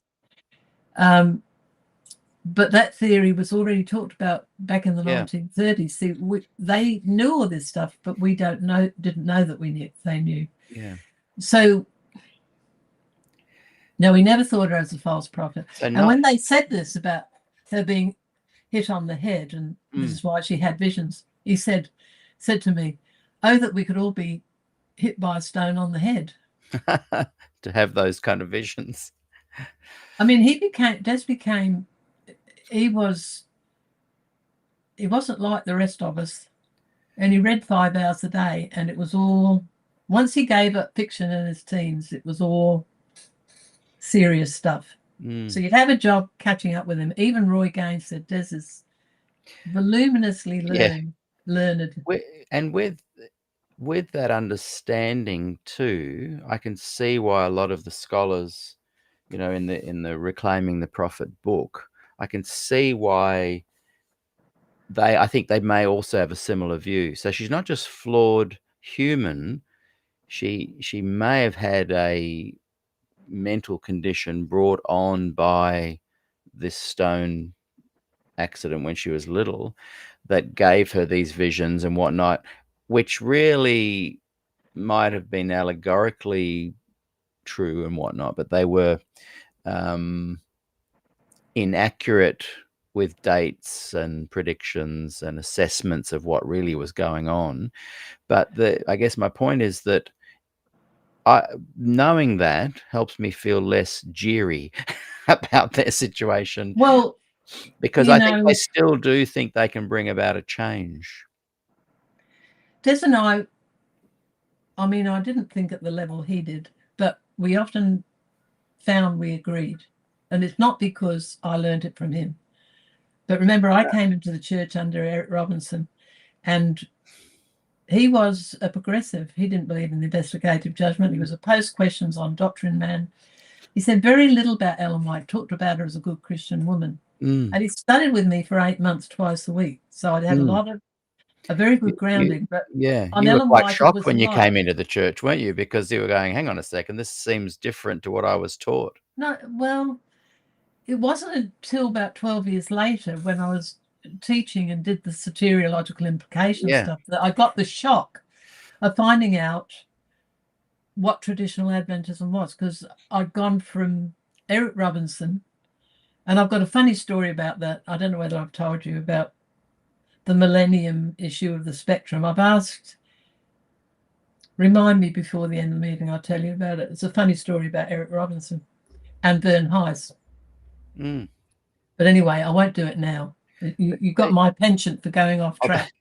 But anyway, he talked to me about a funeral with her husband. In a lot of ways, she didn't have a lot of feeling. You know, when she put May Lacey with her husband, when May Lacey loved somebody else, when I read that article by Gilbert Palantine, I was furious at the way she organized it so that she could have her in the family, because she worked on her for about 3 hours a night. It's a totally selfish thing to do. And I grant all that. But Heppenstall's position was that Ellen White, she did things that we can't do, despite all the flaws. And I think when you look down and you look at a lot of the idiocy that goes on with the church, and what I said about these leaders and how harsh and relentless some of them are, what's he got to work with? And in the end, it comes down to, are you willing? And I sometimes think, why am I doing this stuff? And I think, well, I'm willing. I'm not perfect. Des would tell you I'm not perfect, but I'm willing to do the work. Not claiming to be a prophet. And if your mental health, no, but a lot of people did. You've got to look at the times. But but if you got in your head a stone and a rock and you're claiming to have visions, even if that is flawed and human, then people are going, God knows then if that people that hear these claims are going to go one way or another. They're going to go the way Des did, or they're going to go the way Neil Wilson and Ted Wilson and Ted's grandfather did, and M.L. Andreessen, where they see her as having the spirit of prophecy and believe her claims. And then you're going to have the other side that are more open-minded, see her as devotional.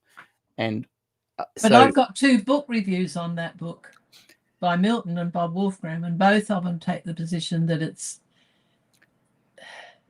cosmetological. I mean, it's a cosmetic approach, and that it doesn't really address it. But they're heading in the right direction. But like Bob even said, they should have called it revising the prophet.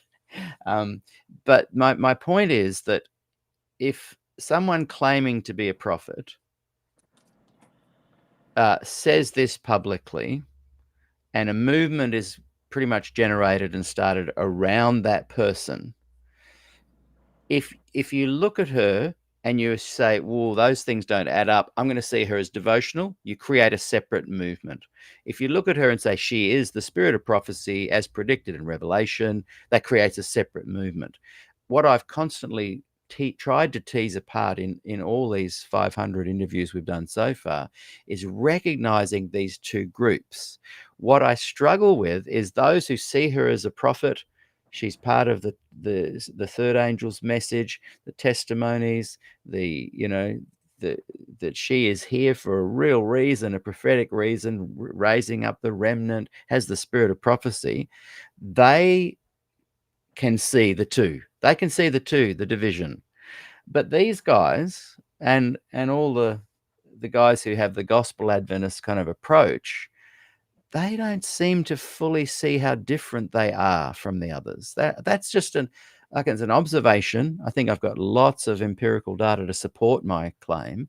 And it kind of boggles my mind that they haven't tried with great effort to create a really proud, separate thing. It's just something that astounds me, because they see it like Larry Geraghty. I agree with him as, hey, these traditional Adventists, they're all welcome under our big tent. And I see that and I think, great, that's awesome.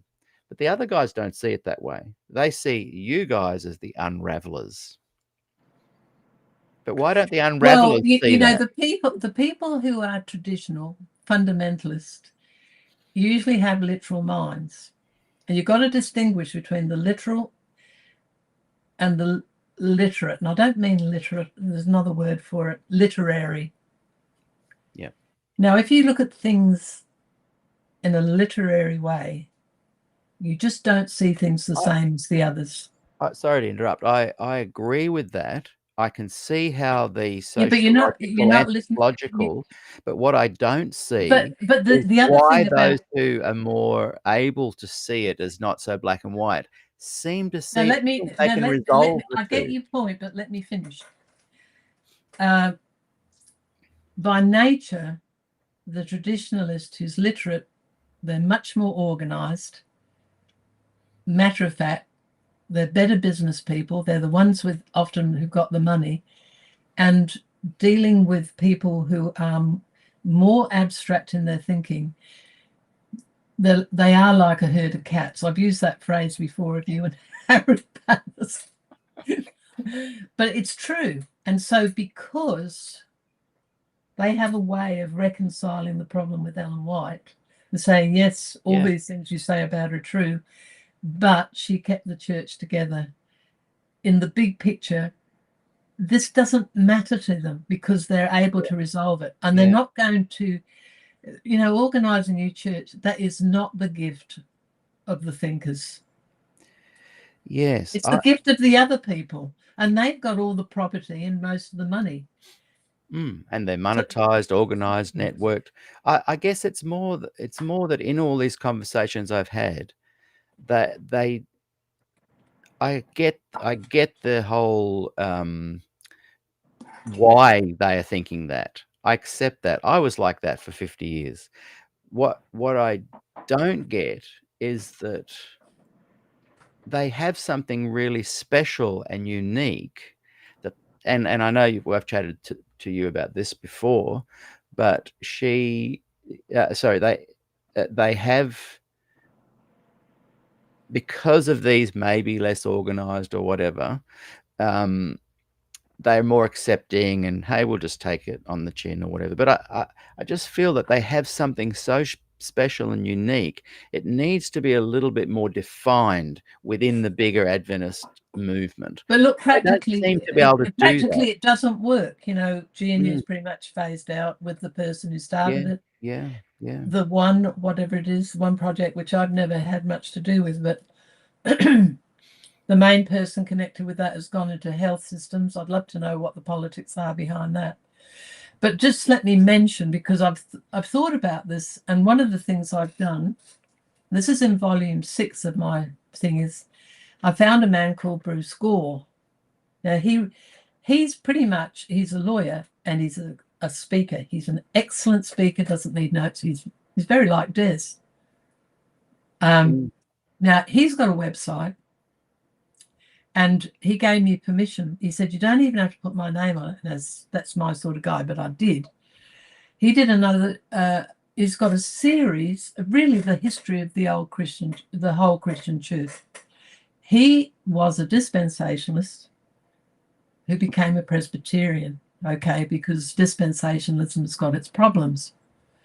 So I've got transcripts of one of his sermons with slides, Ellen White and Adventism. And then I've got one of the Jehovah's Witnesses and the Mormons, but mainly John Nelson Darby and British dispensationalism. And then another one on John Nelson Darby and the rise of American dispensationalism.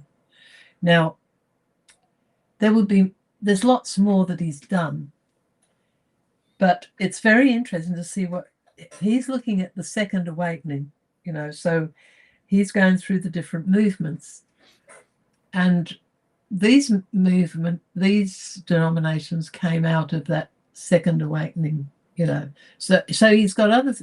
He goes by it systematically. It's very interesting what he says about Ellen White, because it's very, very, and she comes out looking better than the Jehovah's Witnesses and the Mormons. All of them had this sort of ability, a bit like Donald Trump. He's a salesman, makes deals, gets money. They've all got that side to them.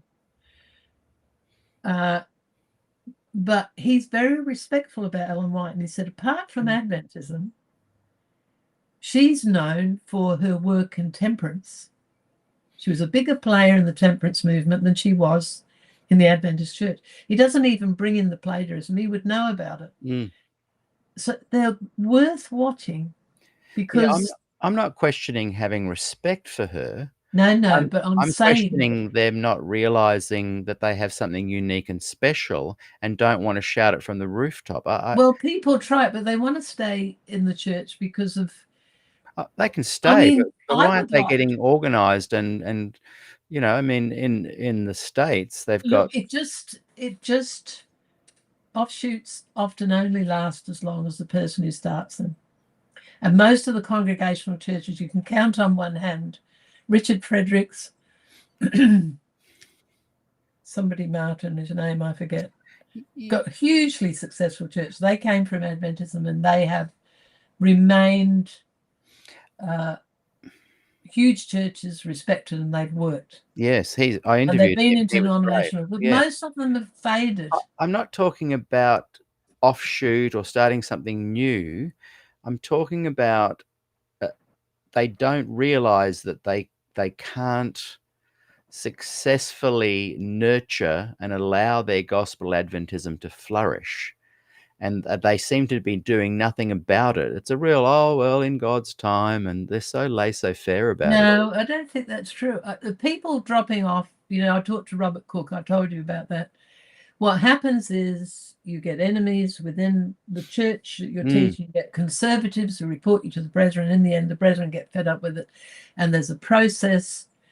He gradually got put out. Now, twice his conference president went through all the stuff with him and said, it's over, we've dealt with it. But then the people ganged up and look. I mean, look what happened.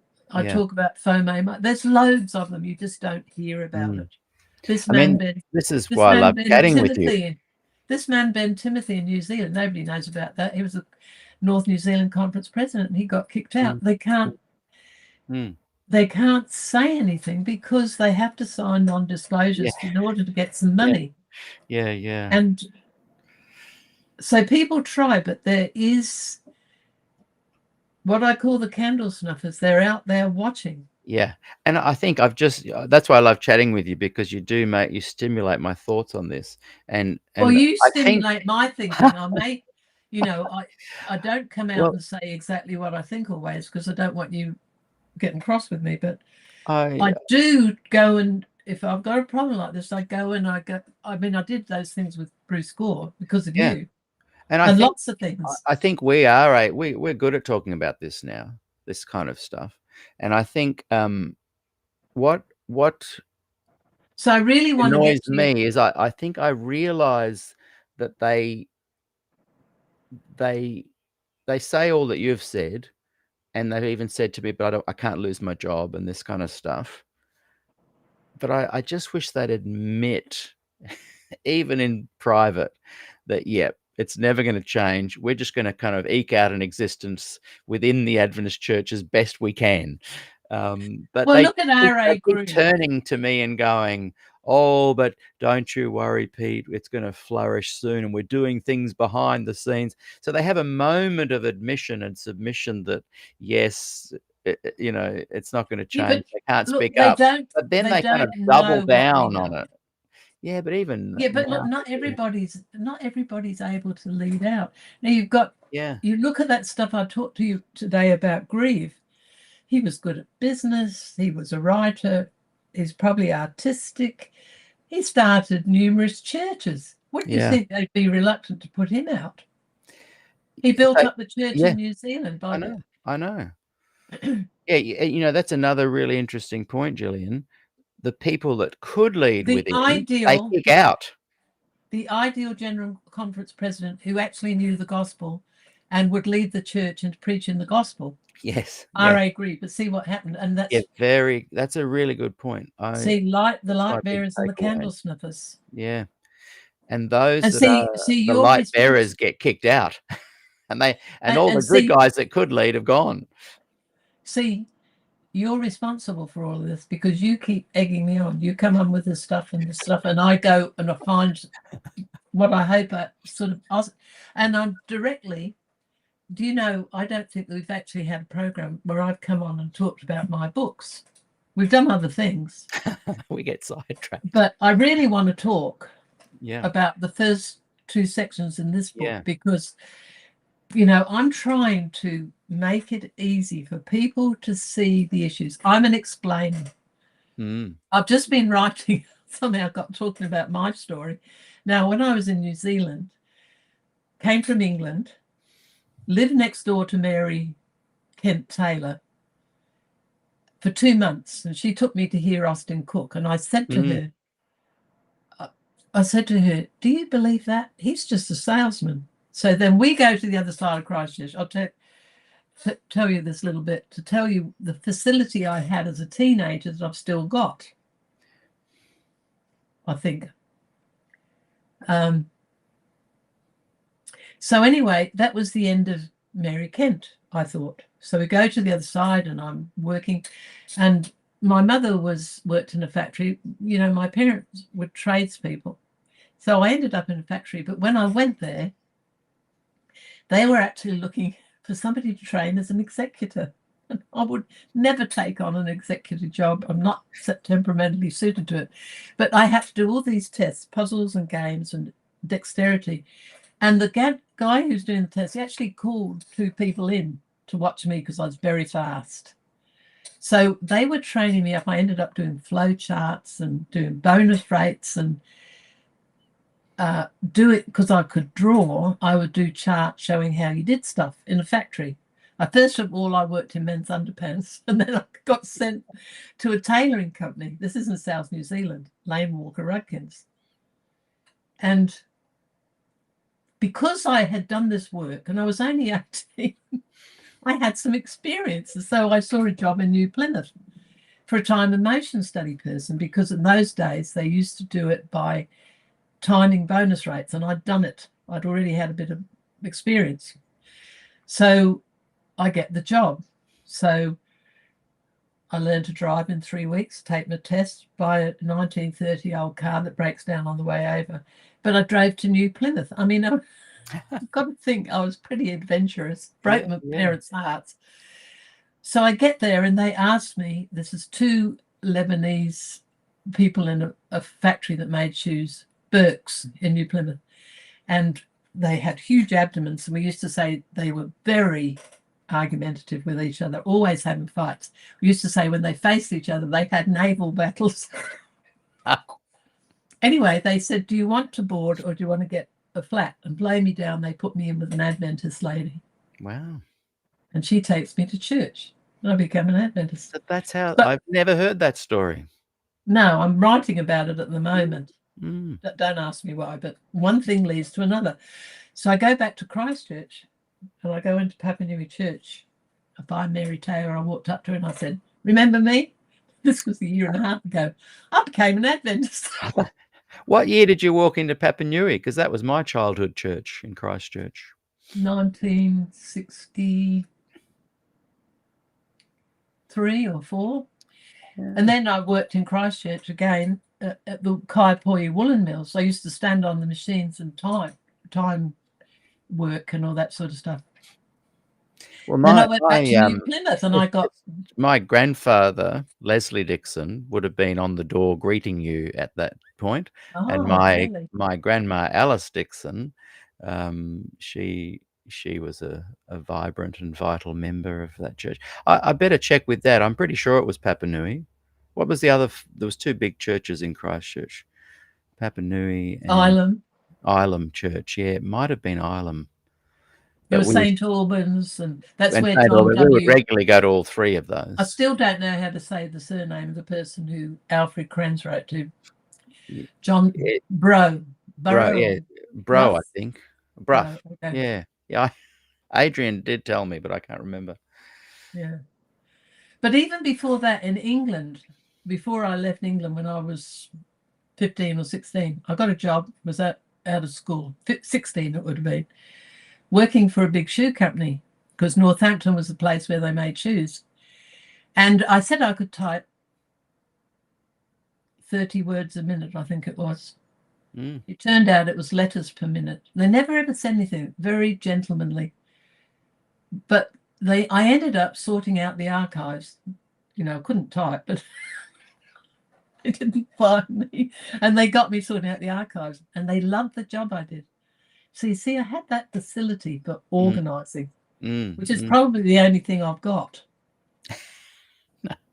Because when I get this stuff, like with volume 10, I have nothing for it. Yeah. I got the interview from Harry Ballas, which I want to read out sometime. Well, you're good at chasing things down rabbit holes. Yeah. Then I got Wally Drain that led me to all these heretics and the whole row. And then I've got Ron Numbers interview. They're the three things, and off I go. And I'm organising it in my head. And I don't know until I read it at the end that it actually works. Yeah, yeah. So Milton said to me 3 months after I started, this book is highly organised, but don't ask Jill how to. Well, I mean, anyway, I've got on track. The good thing is when we come back in a week or two and look at volume 10 more closely, I know that question I wanted to know about Des has been percolating in my mind a while about what he thought about, you know, the. But he did say to people, Ellen White said, and of course she said other things at other times, but she said, you know, don't read my writings, read the Bible. Yeah. You know, other times she insisted that they read her writings. So she, as Cran said, she had conflicting statements that caused lots of problems because one side will use one quote and one side will use the other. He said, look, if you have a problem with Ellen White, don't use her because she said not to read the Bible. Yeah, yeah. So that's how he managed it. I guess what I mean is I feel like I've asked you all my questions now and gotten all the answers, and that was a really good answer. That was a good answer about these guys and making me feel like. But see, the other thing I'm getting annoyed with the progressives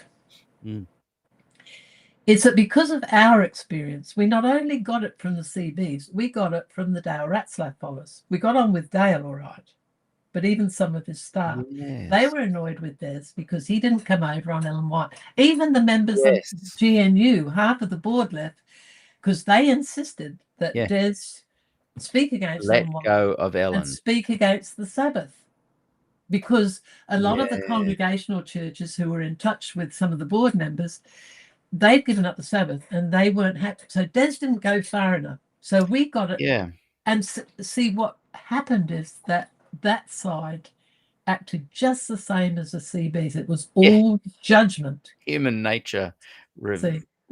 So that's why I know that's why I'm opposed to jeering at the progressives because they're doing what they can.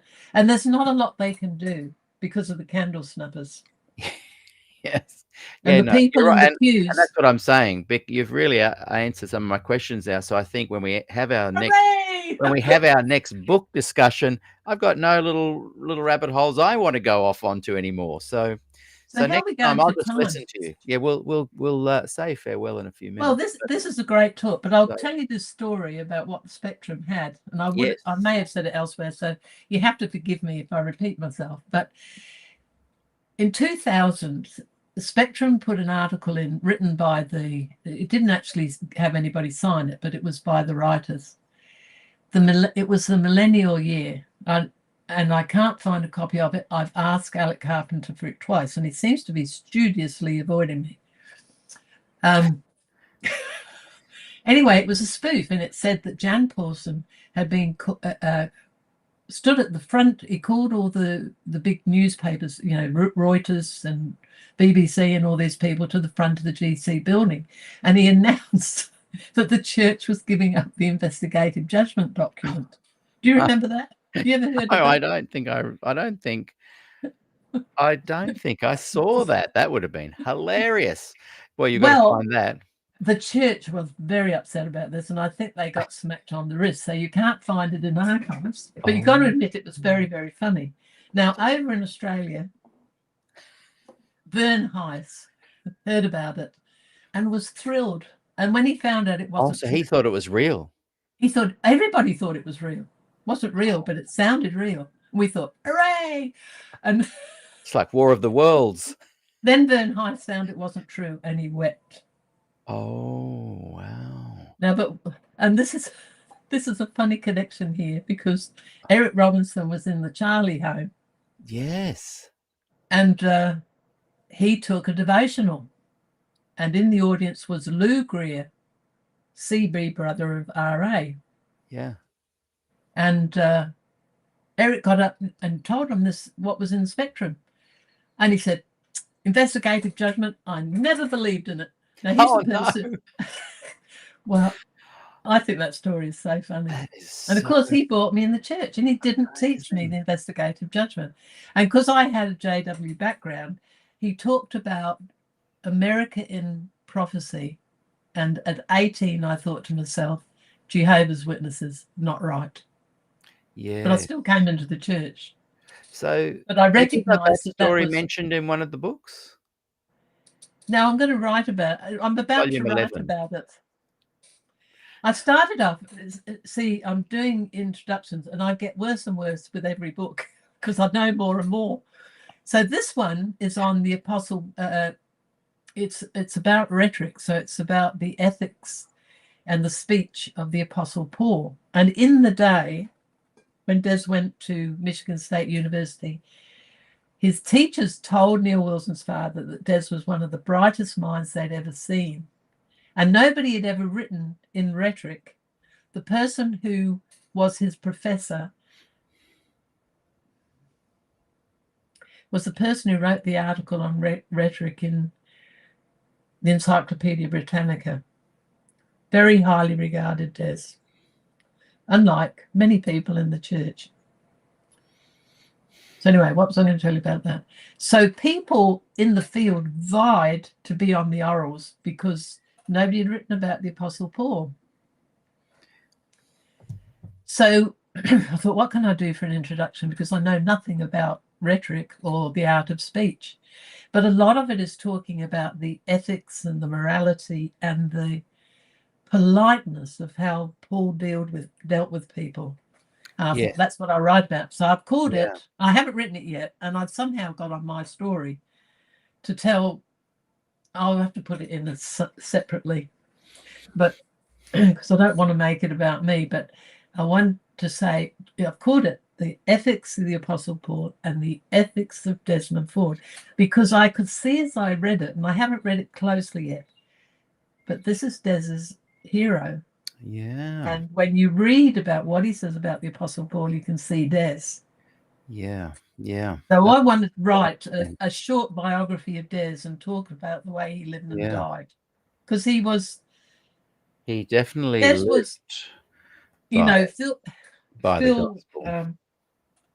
You know, our friend Phil, can't think of his name.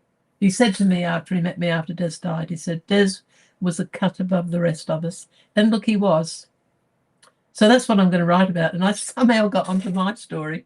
And I thought of this story, and I'm trying to get it from Alex, but he hasn't answered me. And I suspect. Let me know when you get it.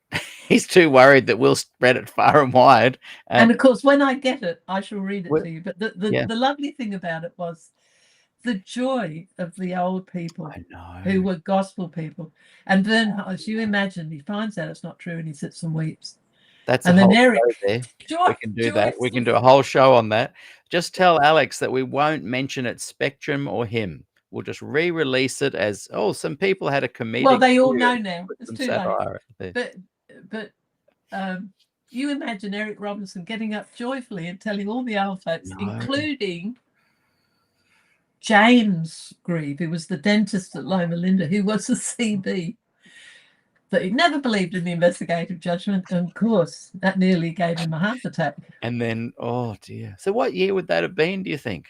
It's 2000. It was the millennial year. And millennial year, yes. Jan Paulson, it's the last thing Jan Paulson would have done, because he never used to say what he believed. He was open and listening to people. He didn't believe in the investigative judgment. You know that for sure? Didn't teach it. Yes, I do, because John Rosie was in his class. But he never stood up for the people who got put out after basic year. Yes, they're the things that irk me. They're the people I want to jeer, the ones who say one thing on one side of their mouth, but don't support those who are thrown under the bus. Anyway, calm down. Yeah. Calm down. Anyway, what have we done? We've done it. Let's wrap up with a bit of a summary, and we'll come back next week or week after. All right, here's the summary. just the next bit before I'm just going through and saying, you know, what a moniker and what are they talking about. I'm just doing a summary at this point because you've read it already. Yeah. The 5 in the book agree with Des on the problems with Ellen White. Now, I'd say Ellen White was more favourable. I don't think that Wally Drain was anti-Ellen White. Right. But the others took her to task. But Des knew the problems. But anyway, I've explained all that. So the four of them wrote down their reasons. And because they're super smart, they're very able to tell you what the arguments were. So I've recorded those 4. And then because Wally, it was about the gospel. He's included here his story because he didn't write much. So this is why the 5 are in the book. And I've mentioned Lou Weir isn't, because he was a perfectionist all his days. And his focus was on Armageddon as spiritual, not literal, against Uriah Smith. So that was why but he's not part of this group. So you get my point. I want to show, and I'll get onto this when I talk to you about the Adventist hamburger. So you got 2 buns. So the one is the traditionals and the other are the liberals. And it comes first in my series, but it's actually, I've got 5 charts and I keep on simplifying them because I told you I send them to Milton and you can't follow them. If he can't follow them, nobody else has got any of them. It's interesting, you know, the stats on season 2 that I've put over on a new channel that's just going to have all 86 of season 2. So far, the interview with Milton, you can let him know, has been watched 4 times as much as anything else. So far, we've only done 26. Oh, he'll be pleased about that. Yeah. He'll be very pleased. Yeah. And look, David Thiel wrote me an introduction for this other book, which I'll have next week. I've sent for the proof already. I don't want you to think that I'm slacking. No, I so know you're not. It's basically, it's a preface, and it sort of explains how Des didn't change his mind. His ideas were there in 1958. Yeah. And I sent the whole thing to Doug Hackelman. You know, I told you he's writing. So I keep in touch, particularly with Gilbert and Doug, to give them stuff that I know they're writing about and it will be helpful to them, or I hope it will be, because I'm trying to help them and I get help from them. Yeah. And he said to me, I really appreciate what David said. It sorts out, you know, when people keep saying, well, Des changed his mind and this is different to that. Really, the ideas were there. And that's in the introduction to volume 10. That's David Thiel. Yes. Oh, good. I've tended to read your books like a coffee table book, where I'll be in the middle and I go back here. But I need to start reading. Right. I need to start You're reading. a musician. I know. I need to start reading them from top to tail. But they actually, even though women are not logical, my books are put together. There's sections. So, like I have a section, I tried to put it, especially in the later ones, a section of anthology of Des's sermons, because I've got dozens of them. And I take the text out and put in some of his sermons, because a lot of people don't even know what Des talked about. He's got a lot of beautiful stuff on the cross. So I've got a section on that. But they are some things you at least follow the section. Yeah, where I've got a section you go, because I do try to make a point or two. Yeah. 3 quick things to finish. I mean, I'm glad if anybody even opens the book. I don't expect much out of it at all. I think, as we've said before, there's many people who are discovering, you know, the content we've got here and your volumes, and learning a lot. And down the track, I can see some PhDs coming out of it. Well, I've certainly given them a lot of documents. And the other thing I do is I tell you what I think of the documents, which, you know, you don't have to take my opinion at all. I don't get offended about this. You know, people differ with me. That's fine, because that's everybody's right to think what they want to think. Yeah. Anyway, I was going to say something to you. Oh, Lyndon Rogers has got my book on the table. When people come home, he puts my books out. And somebody said to him, the brethren didn't take Jill into account. Yeah. Of course, Jill didn't know that she was going to do this either. Yeah. Okay, 3 quick things to close. 1, thank you everyone for your support. If you're enjoying the content, there's my PayPal. Really appreciate the support. In fact, David put in a donation today. I've been really wanting to release the John Borton book, which I did on an audio platform a while back, but it was just a really complex one. I've wanted to release it into Audible so people can actually listen to it, and it costs, you know, a bit of money for the whole year to have the account open. So thank you to David for that, and that donation that literally came through while we were chatting means that I can probably get that book up next week. So that's exciting. So thank you everyone supporting me on PayPal. It helps me keep putting the content out and having great conversations like this. The second thing I want to say is go and buy Bye Bye, and Here's Why by Gillian Ford. It is available on Amazon right now, and yeah, it's a really good read. And I added that new biography yesterday. So as I Yeah. say, the suggestion is that you give your old one away, and as I keep on changing it, buy more. Yeah. Or wait. Because I'm not finished. And exactly. And if you haven't bought one yet that you could give away, wait a week and it'll be updated by then. I'm still waiting for the vowelless grandson to that could add change to my knowledge of as well. Yeah, it wouldn't be a lot. Won't change the content. Okay. Yeah. And I can't remember the third thing, so we'll say farewell and we'll talk to you again in a couple of weeks. Look, I've got to say, I'm having a wonderful time with this stuff. Yes, me too. I feel guilty for enjoying it. Well, there's something about I never know creative things, you know. I never know what's going to turn up. It is fascinating. Yeah. Well, thank you, Gillian. I know what the third thing was. Your outfit looks amazing. Thank you. This is not the same top as underneath that I wore. And I did have, just so that you know, I tried to put this cat on, but I couldn't get it in the middle. I thought I could pin it in my head. But I'll show you. Let me see if I can get it close up. Very cute. Love it. I had to take it off. Until next time, Gillian Ford, thank you. Thank you, everyone, for watching. I hope you've enjoyed today's program, and we'll see you all again tomorrow. I can't even remember what's on tomorrow, but we'll find out later. Good night. Bye, everybody. See ya. See ya.